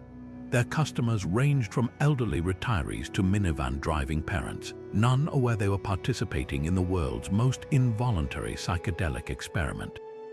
One horrified mother later testified she'd licked her family's sticker while her kids watched, then spent the afternoon convinced her suburban neighborhood was a cartoon painted on the sky. The bust itself unfolded like a bad trip. An alert pharmacist noticed a sudden spike in customers complaining of metallic mouth after visiting the DMV, a telltale side effect of liquid LSD. When narcotics detectives staked out the suspect office, they caught a clerk red-handed with eyedroppers and vials hidden in a desk drawer labeled ink supplies. Subsequent raids uncovered a clandestine lab in a DMV basement storage room where clerks diluted pure LSD into trays of adhesive solution under flickering fluorescent lights. The final tally was staggering: over 4,000 contaminated stickers issued across 6 counties, each one a ticking time bomb of unintended transcendence. For law enforcement, the case exposed a terrifying new frontier in drug dissemination.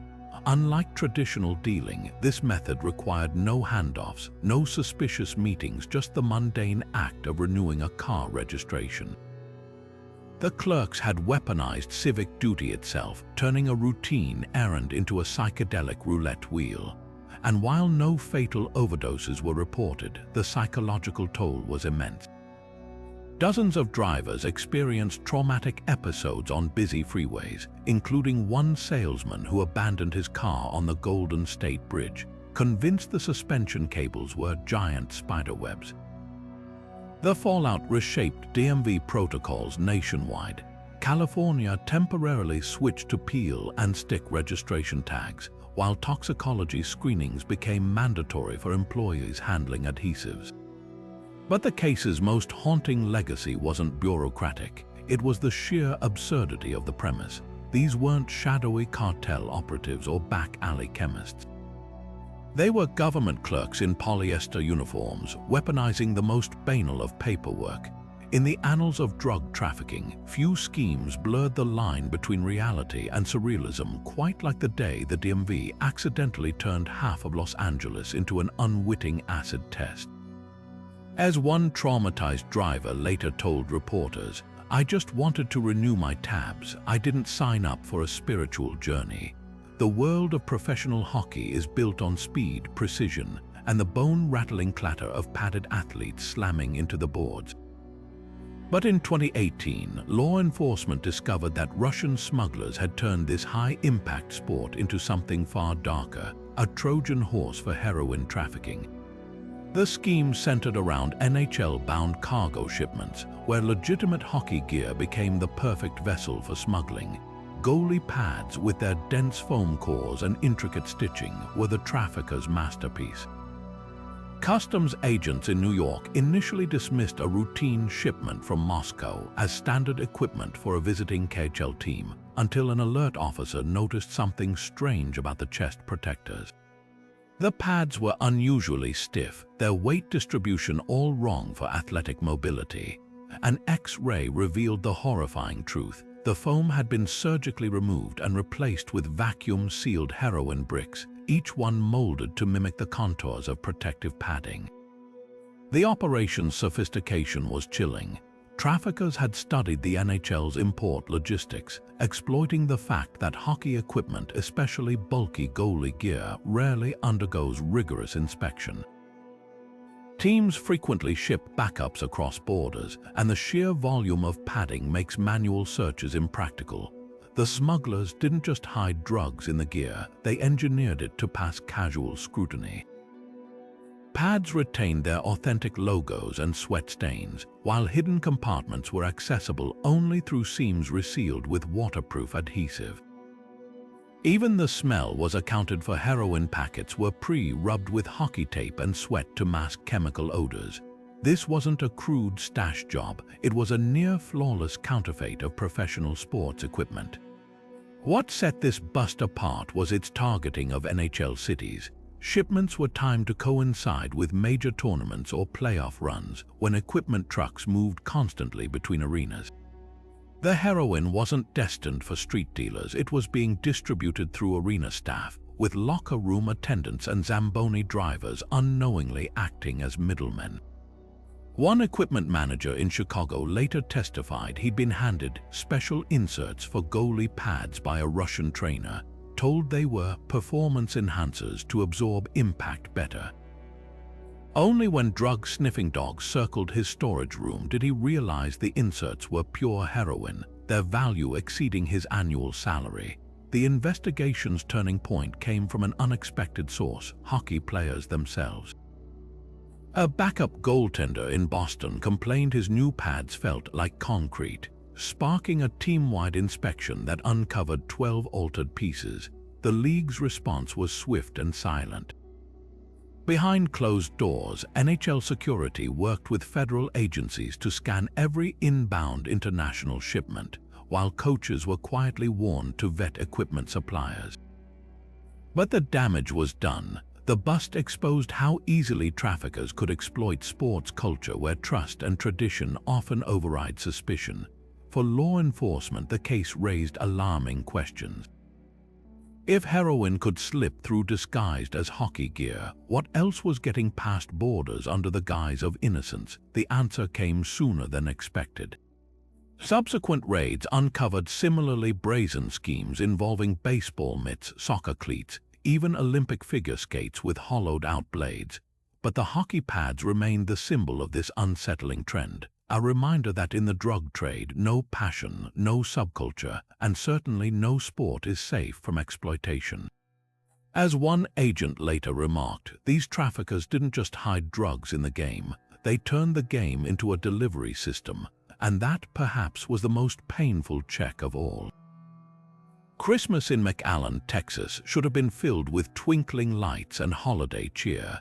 But in December 1999, border agents at the far Reynosa International Bridge found themselves unwrapping a very different kind of present, one that would turn seasonal joy into a full-blown narcotics nightmare.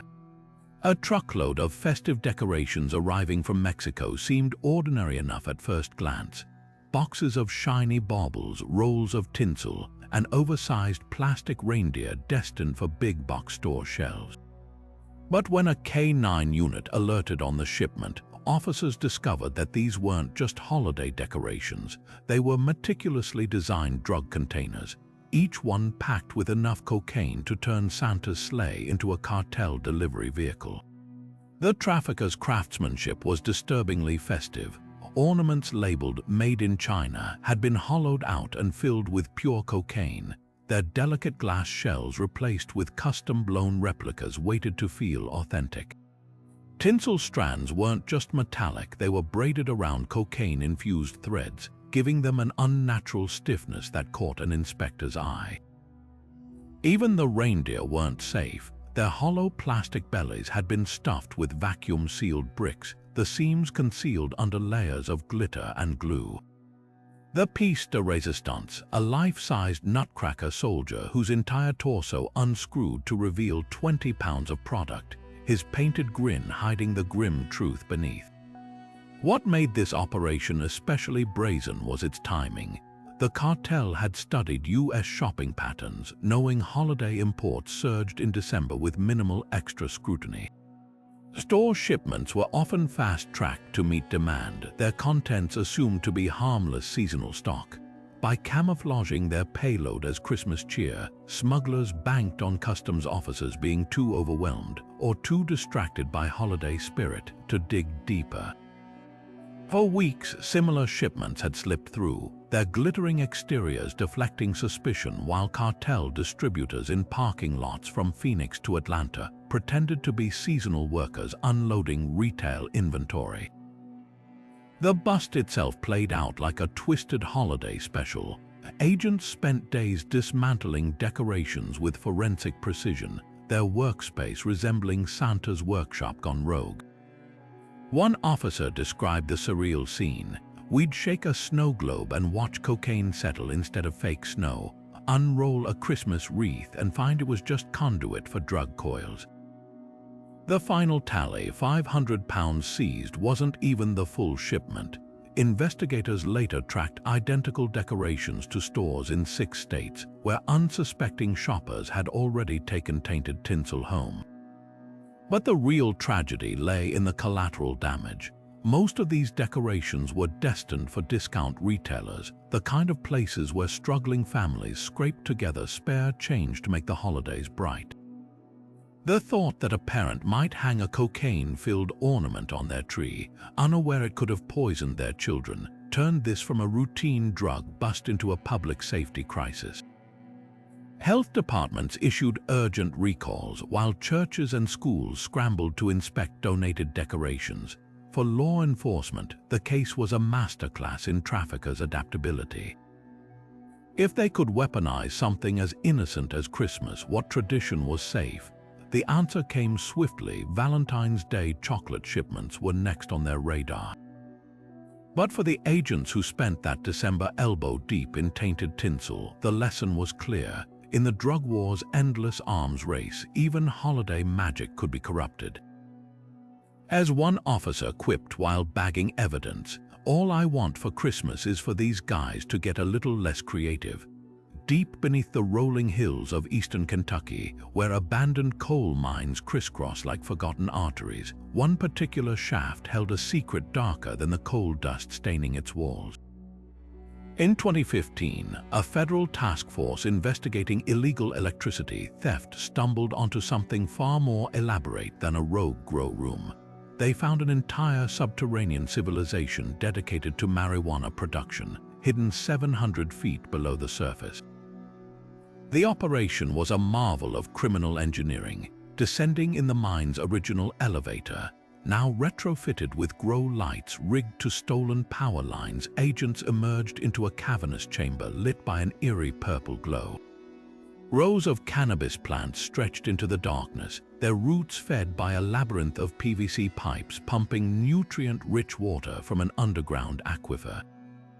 The mine's natural humidity and constant 58-degree temperature created perfect growing conditions, while its maze of tunnels allowed for segregated stages of cultivation.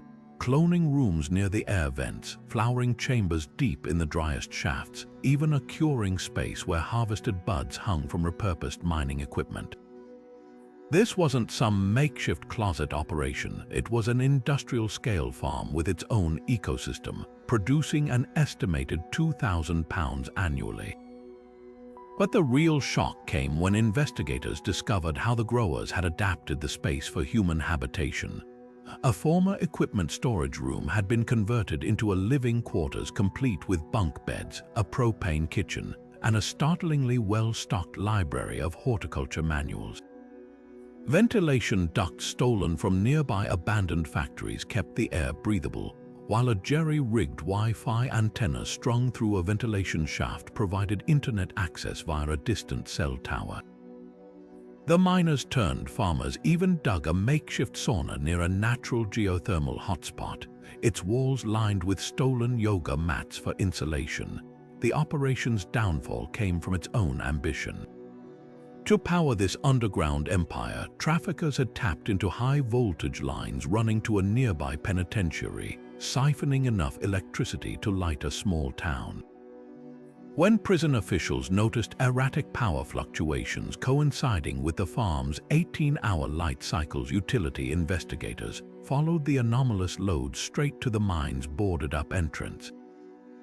Thermal drones revealed heat signatures inconsistent with an inactive mine, and ground-penetrating radar showed suspicious voids where tunnels had been secretly expanded. The raid itself was a logistical nightmare. SWAT teams trained for underground warfare navigated pitch-black shafts with night vision goggles, their progress slowed by booby-trapped side tunnels and false walls. At one point, agents lost radio contact when their signals couldn't penetrate the thick rock layers. When they finally breached the main grow chamber, they found not armed resistance, but 3 bewildered growers peacefully tending plants while listening to a vinyl record of Johnny Cash's at Folsom Prison, an irony lost on no one. What made this bust legendary wasn't just its scale, but its symbolism. Here, in the hollowed-out remains of an industry that once fueled Kentucky's economy, a new kind of mining operation had taken root. The very shafts that once yielded fossil fuels now produced a different cash crop, tended by workers whose underground shifts mirrored their legal counterparts above. Even the mine's safety signs had been darkly repurposed, one reading danger. Low oxygen now marked the potent OG Kush strain curing nearby. For law enforcement, the case raised unsettling questions about the drug trade's evolving infrastructure. If traffickers could build self-sustaining colonies beneath entire communities, what other industrial graveyards, shuttered factories, disused missile silos, forgotten subway tunnels might be hiding similar secrets? And for the miners who'd worked these shafts decades earlier, there was a grim poetic justice in seeing their workplace repurposed. As one retired coal worker told local news, "We used to joke the company would suck the life out of these hills." Turns out somebody found a way to make them bloom again, just not how anybody expected. The mine was eventually sealed with concrete, its elevators disabled and ventilation shafts welded shut. But walk those hills today, and you might still catch a whiff of something herbal on the wind, a ghostly reminder that in the war on drugs, even the earth itself can become a combatant. And deep below, in chambers untouched by sunlight, the roots of that strange harvest may still linger, waiting for the next prospector with a green thumb and a disregard for the surface world's laws. The human mind thrives on pattern recognition. We're wired to expect logic, to assume criminals will take the most efficient path to their goals. So when drug traffickers choose methods like hollowed-out cigarros or LSD-soaked DMV stickers instead of conventional smuggling, it forces us to ask, is this madness or genius? The answer lies in a dangerous cocktail of desperation, creativity, and the counterintuitive psychology of hiding in plain sight. At its core, every absurd drug bust represents a calculated gamble. Traffickers understand that law enforcement trains for the obvious suspicious suitcases, nervous passengers, hidden car compartments, but a funeral procession with a casket full of cocaine. A hovercraft sputtering across the Detroit River. These scenarios fall so far outside standard protocols that they momentarily short-circuit suspicion.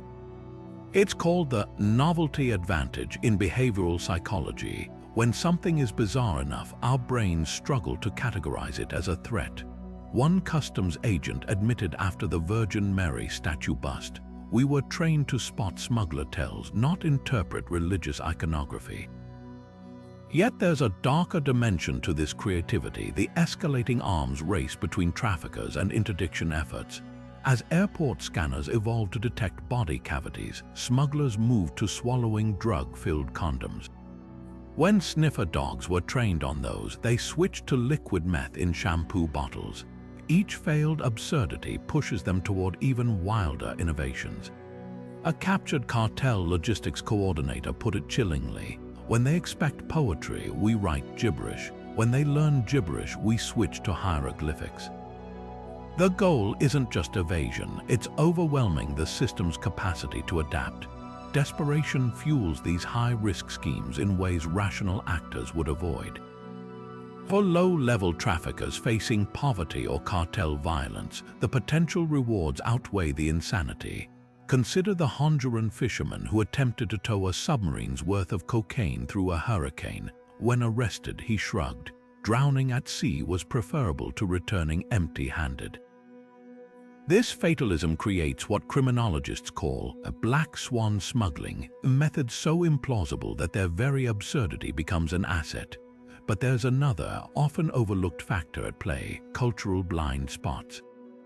The Python smugglers exploited Westerners' squeamishness about handling large snakes, while the hockey gear scheme relied on customs agents' lack of sports expertise. One DA psychologist notes, traffickers conduct ethnographic studies without realizing it. They instinctively know which societal sacred cows will make inspectors hesitate. This explains why religious artifacts, children's toys, and even funeral rites become vehicles. They're psychological no-go zones most people won't violate. The irony: many absurd methods actually work until they don't. Before the submarine busts, narco-subs successfully moved billions in product for years. The DMV sticker scheme operated undetected for months. These aren't just failures, they're formerly successful tactics that eventually collapsed under their own complexity. Like viral internet challenges, each new absurdity spreads through trafficking networks until overuse breeds familiarity. What truly fascinates isn't that these methods fail, but that they persist despite failures. The answer may lie in a neurological quirk called the near-miss effect. Just as slot machine players remember occasional wins over constant losses, traffickers fixate on the times their Python-filled coffins cleared inspection, not the busts. A jailed smuggler's diary obtained by Vice News captured this perfectly. For every stupid idea that fails, there's one so stupid it works. Our job is to find it. This psychological arms race shows no signs of slowing. As AI and body scanners grow more sophisticated, so too will the countermeasures, perhaps someday involving nanotechnology or bioengineered carriers. But history suggests one constant: the line between madness and ingenuity in drug trafficking isn't just thin, it's deliberately blurred. Because in the end, the most effective camouflage isn't darkness or secrecy. It's the sheer, jaw-dropping spectacle of an idea so ridiculous, so utterly beyond the pale, that even seasoned agents pause and think, no, they wouldn't. And in that split second of doubt, the impossible sometimes slips through. Some of the most priceless moments in these absurd busts come straight from the officers who witnessed them firsthand, their reactions ranging from stunned disbelief to dark humor. After discovering the LSD-laced DMV stickers, one California highway patrolman deadpanned to reporters, "I've seen people try to outrun us, but this is the first time they tried to outtrip us." Meanwhile, the Texas trooper who stumbled onto the meth lab Winnebago later admitted, "Part of me wanted to arrest them, and part of me wanted to nominate them for Mythbusters." These aren't just punchlines, they reveal the surreal whiplash law enforcement faces when routine duties collide with trafficking creativity. Behind the laughs, though, these cases force real tactical shifts. The Miami funeral home bust, for example, led to a nationwide policy change. Caskets now require tamper-evident seals and mandatory X-rays if transported internationally. One veteran DA agent noted, "We used to treat hearses with respect. Now we treat them like Russian nesting dolls. Every layer gets checked." Similarly, the hockey gear smuggling scheme prompted customs to collaborate with major sports leagues, training agents to spot equipment anomalies like suspiciously heavy goalie pads. As one Border Patrol instructor put it, "If you'd told me I'd spend my career weighing jockstraps, I'd have stayed in accounting." The psychological toll is just as revealing. A K-9 handler who worked the Christmas decorations case confessed his dog still barks at tinsel. For a year after that bust, every December shift felt like working in a Breaking Bad holiday special. Officers develop what one psychologist calls absurdity fatigue, the constant need to expect the unexpected. The narcotics team that raided the underground Kentucky mine described the experience as like Lord of the Rings meets Scarface, with one sergeant admitting, "You train for drug houses, not drug caverns." At some point, we started half expecting a dragon. Yet these bizarre cases also spark innovation. The hovercraft interception led to the Coast Guard developing portable ground-penetrating radar to detect similar craft. The McDonald's drive-thru operation inspired undercover stings at fast food chains nationwide, with agents now trained to listen for coded language like extra crispy or special sauce. Even the doomed python smugglers left a legacy. Wildlife inspectors now use endoscopes on all live animal shipments, a practice dubbed herpetology with a purpose. Perhaps the most telling insight comes from a retired cartel strategist turned informant who reflected, "The crazier the idea, the longer it works until suddenly it doesn't." Law enforcement has taken that lesson to heart. When Atlanta PD recently received a tip about drugs hidden in inflatable pool floats, they didn't dismiss it. They showed up with a forklift and a marine biologist. The floats were clean, but the message was clear. In this high-stakes game of hide and seek, no idea is too wild to be taken seriously.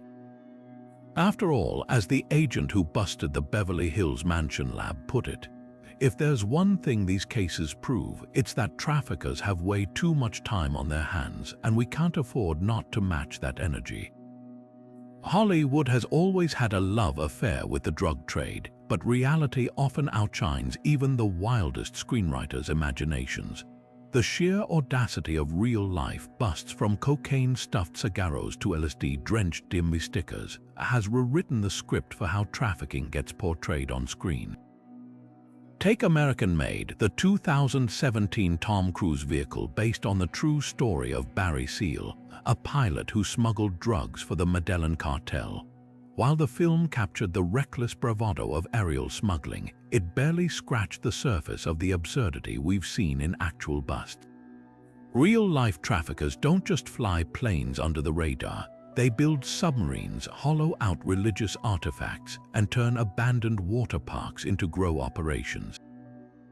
The movie's most outlandish moments feel tame compared to DA evidence rooms packed with narco saints and heroin hot dogs.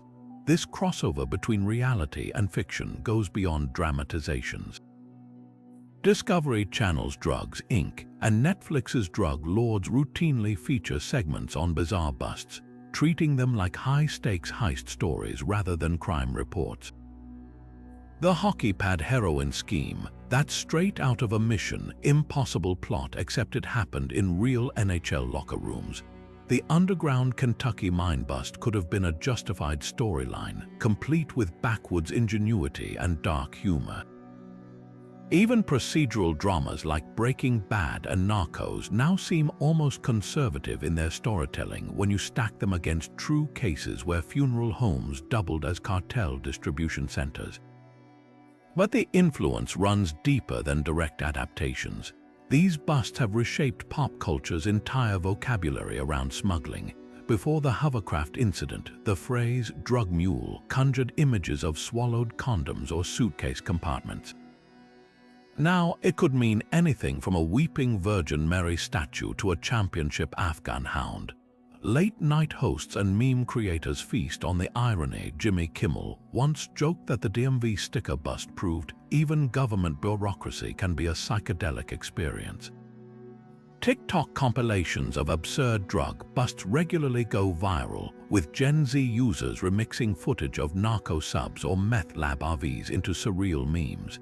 The line between tragedy and dark comedy blurs when the source material involves frozen shrimp meth or a cocaine Christmas tree. Perhaps the most telling cultural shift is how these cases have democratized the mythology of drug trafficking. Gone are the simplistic Scarface archetypes of flamboyant kingpins in silk suits. Modern portrayals fueled by real-world absurdity embrace the weirdness. Shows like Weeds and Ozark weave in elements of the mundane turned criminal, whether it's suburban soccer moms laundering money or vacation homes hiding cartel tunnels. The Beverly Hills Mansion Meth Lab bust directly inspired a Better Call Saul subplot where a luxury home's custom features concealed a drug operation.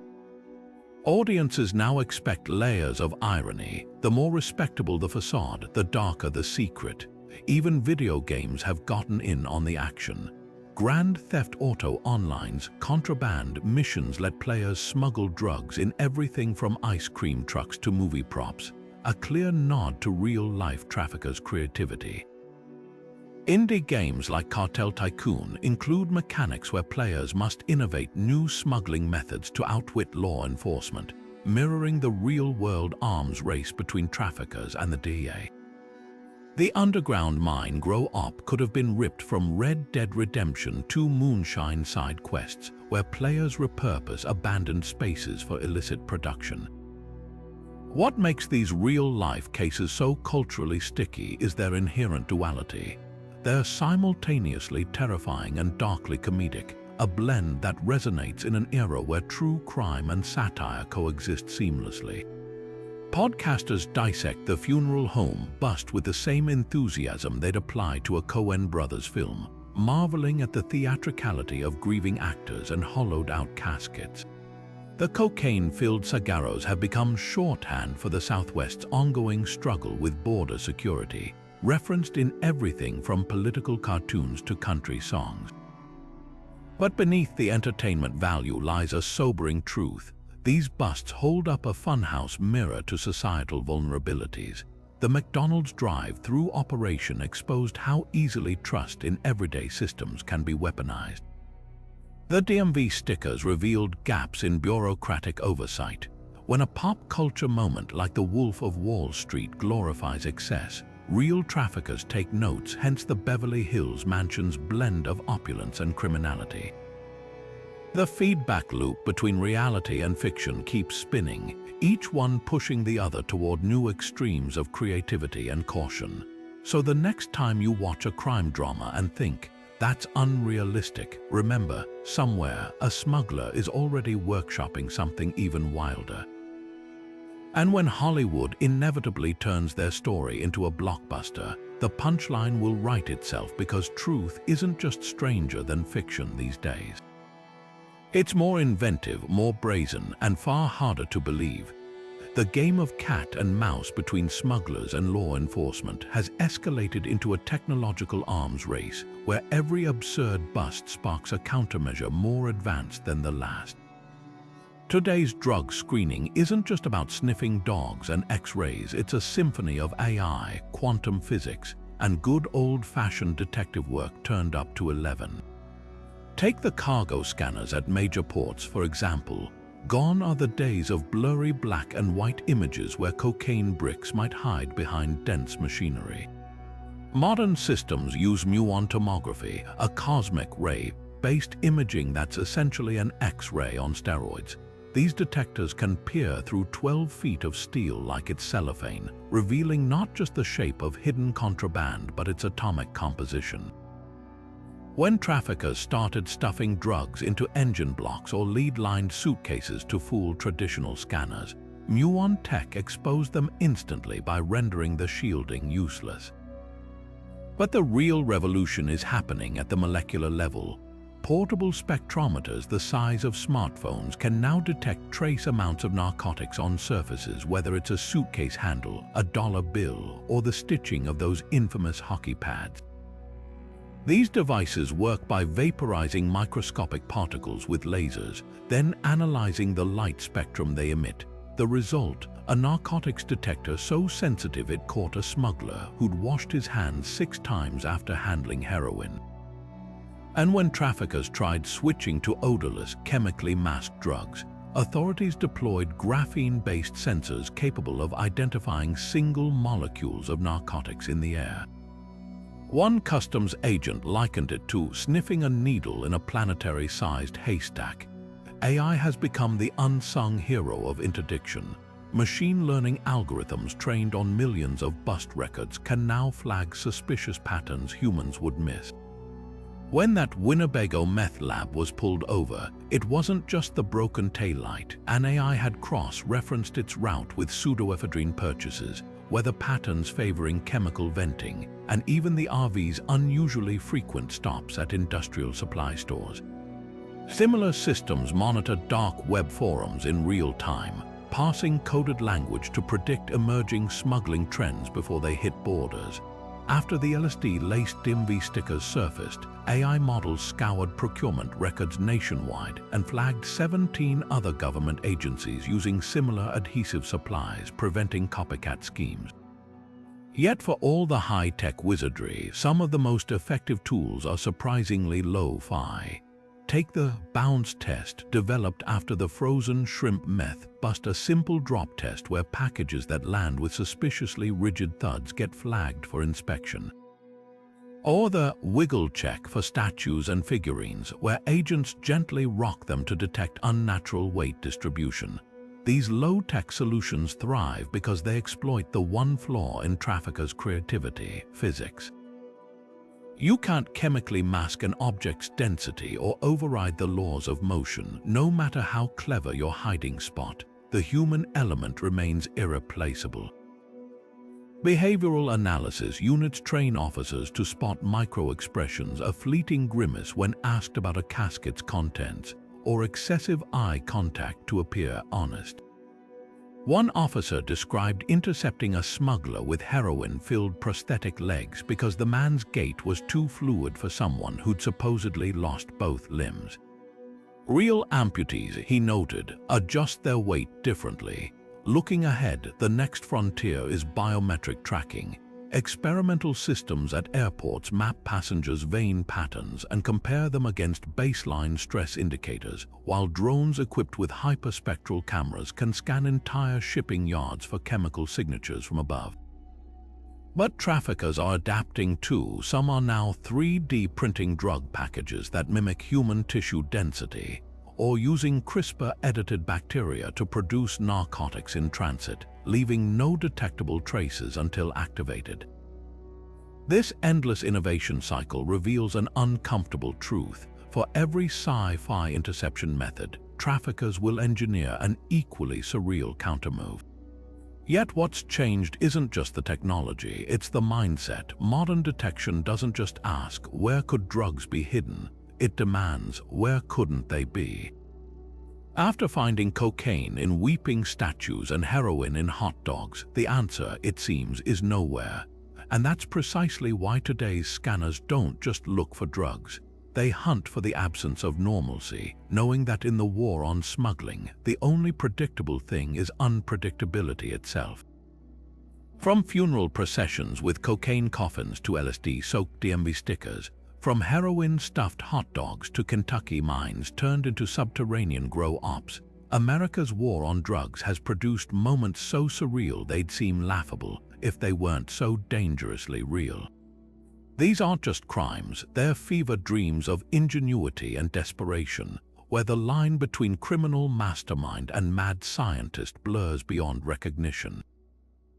Who could forget the Beverly Hills mansion with meth labs hiding behind marble fountains, or the Christmas decorations packed with enough cocaine to turn Santa's sleigh into a cartel delivery van?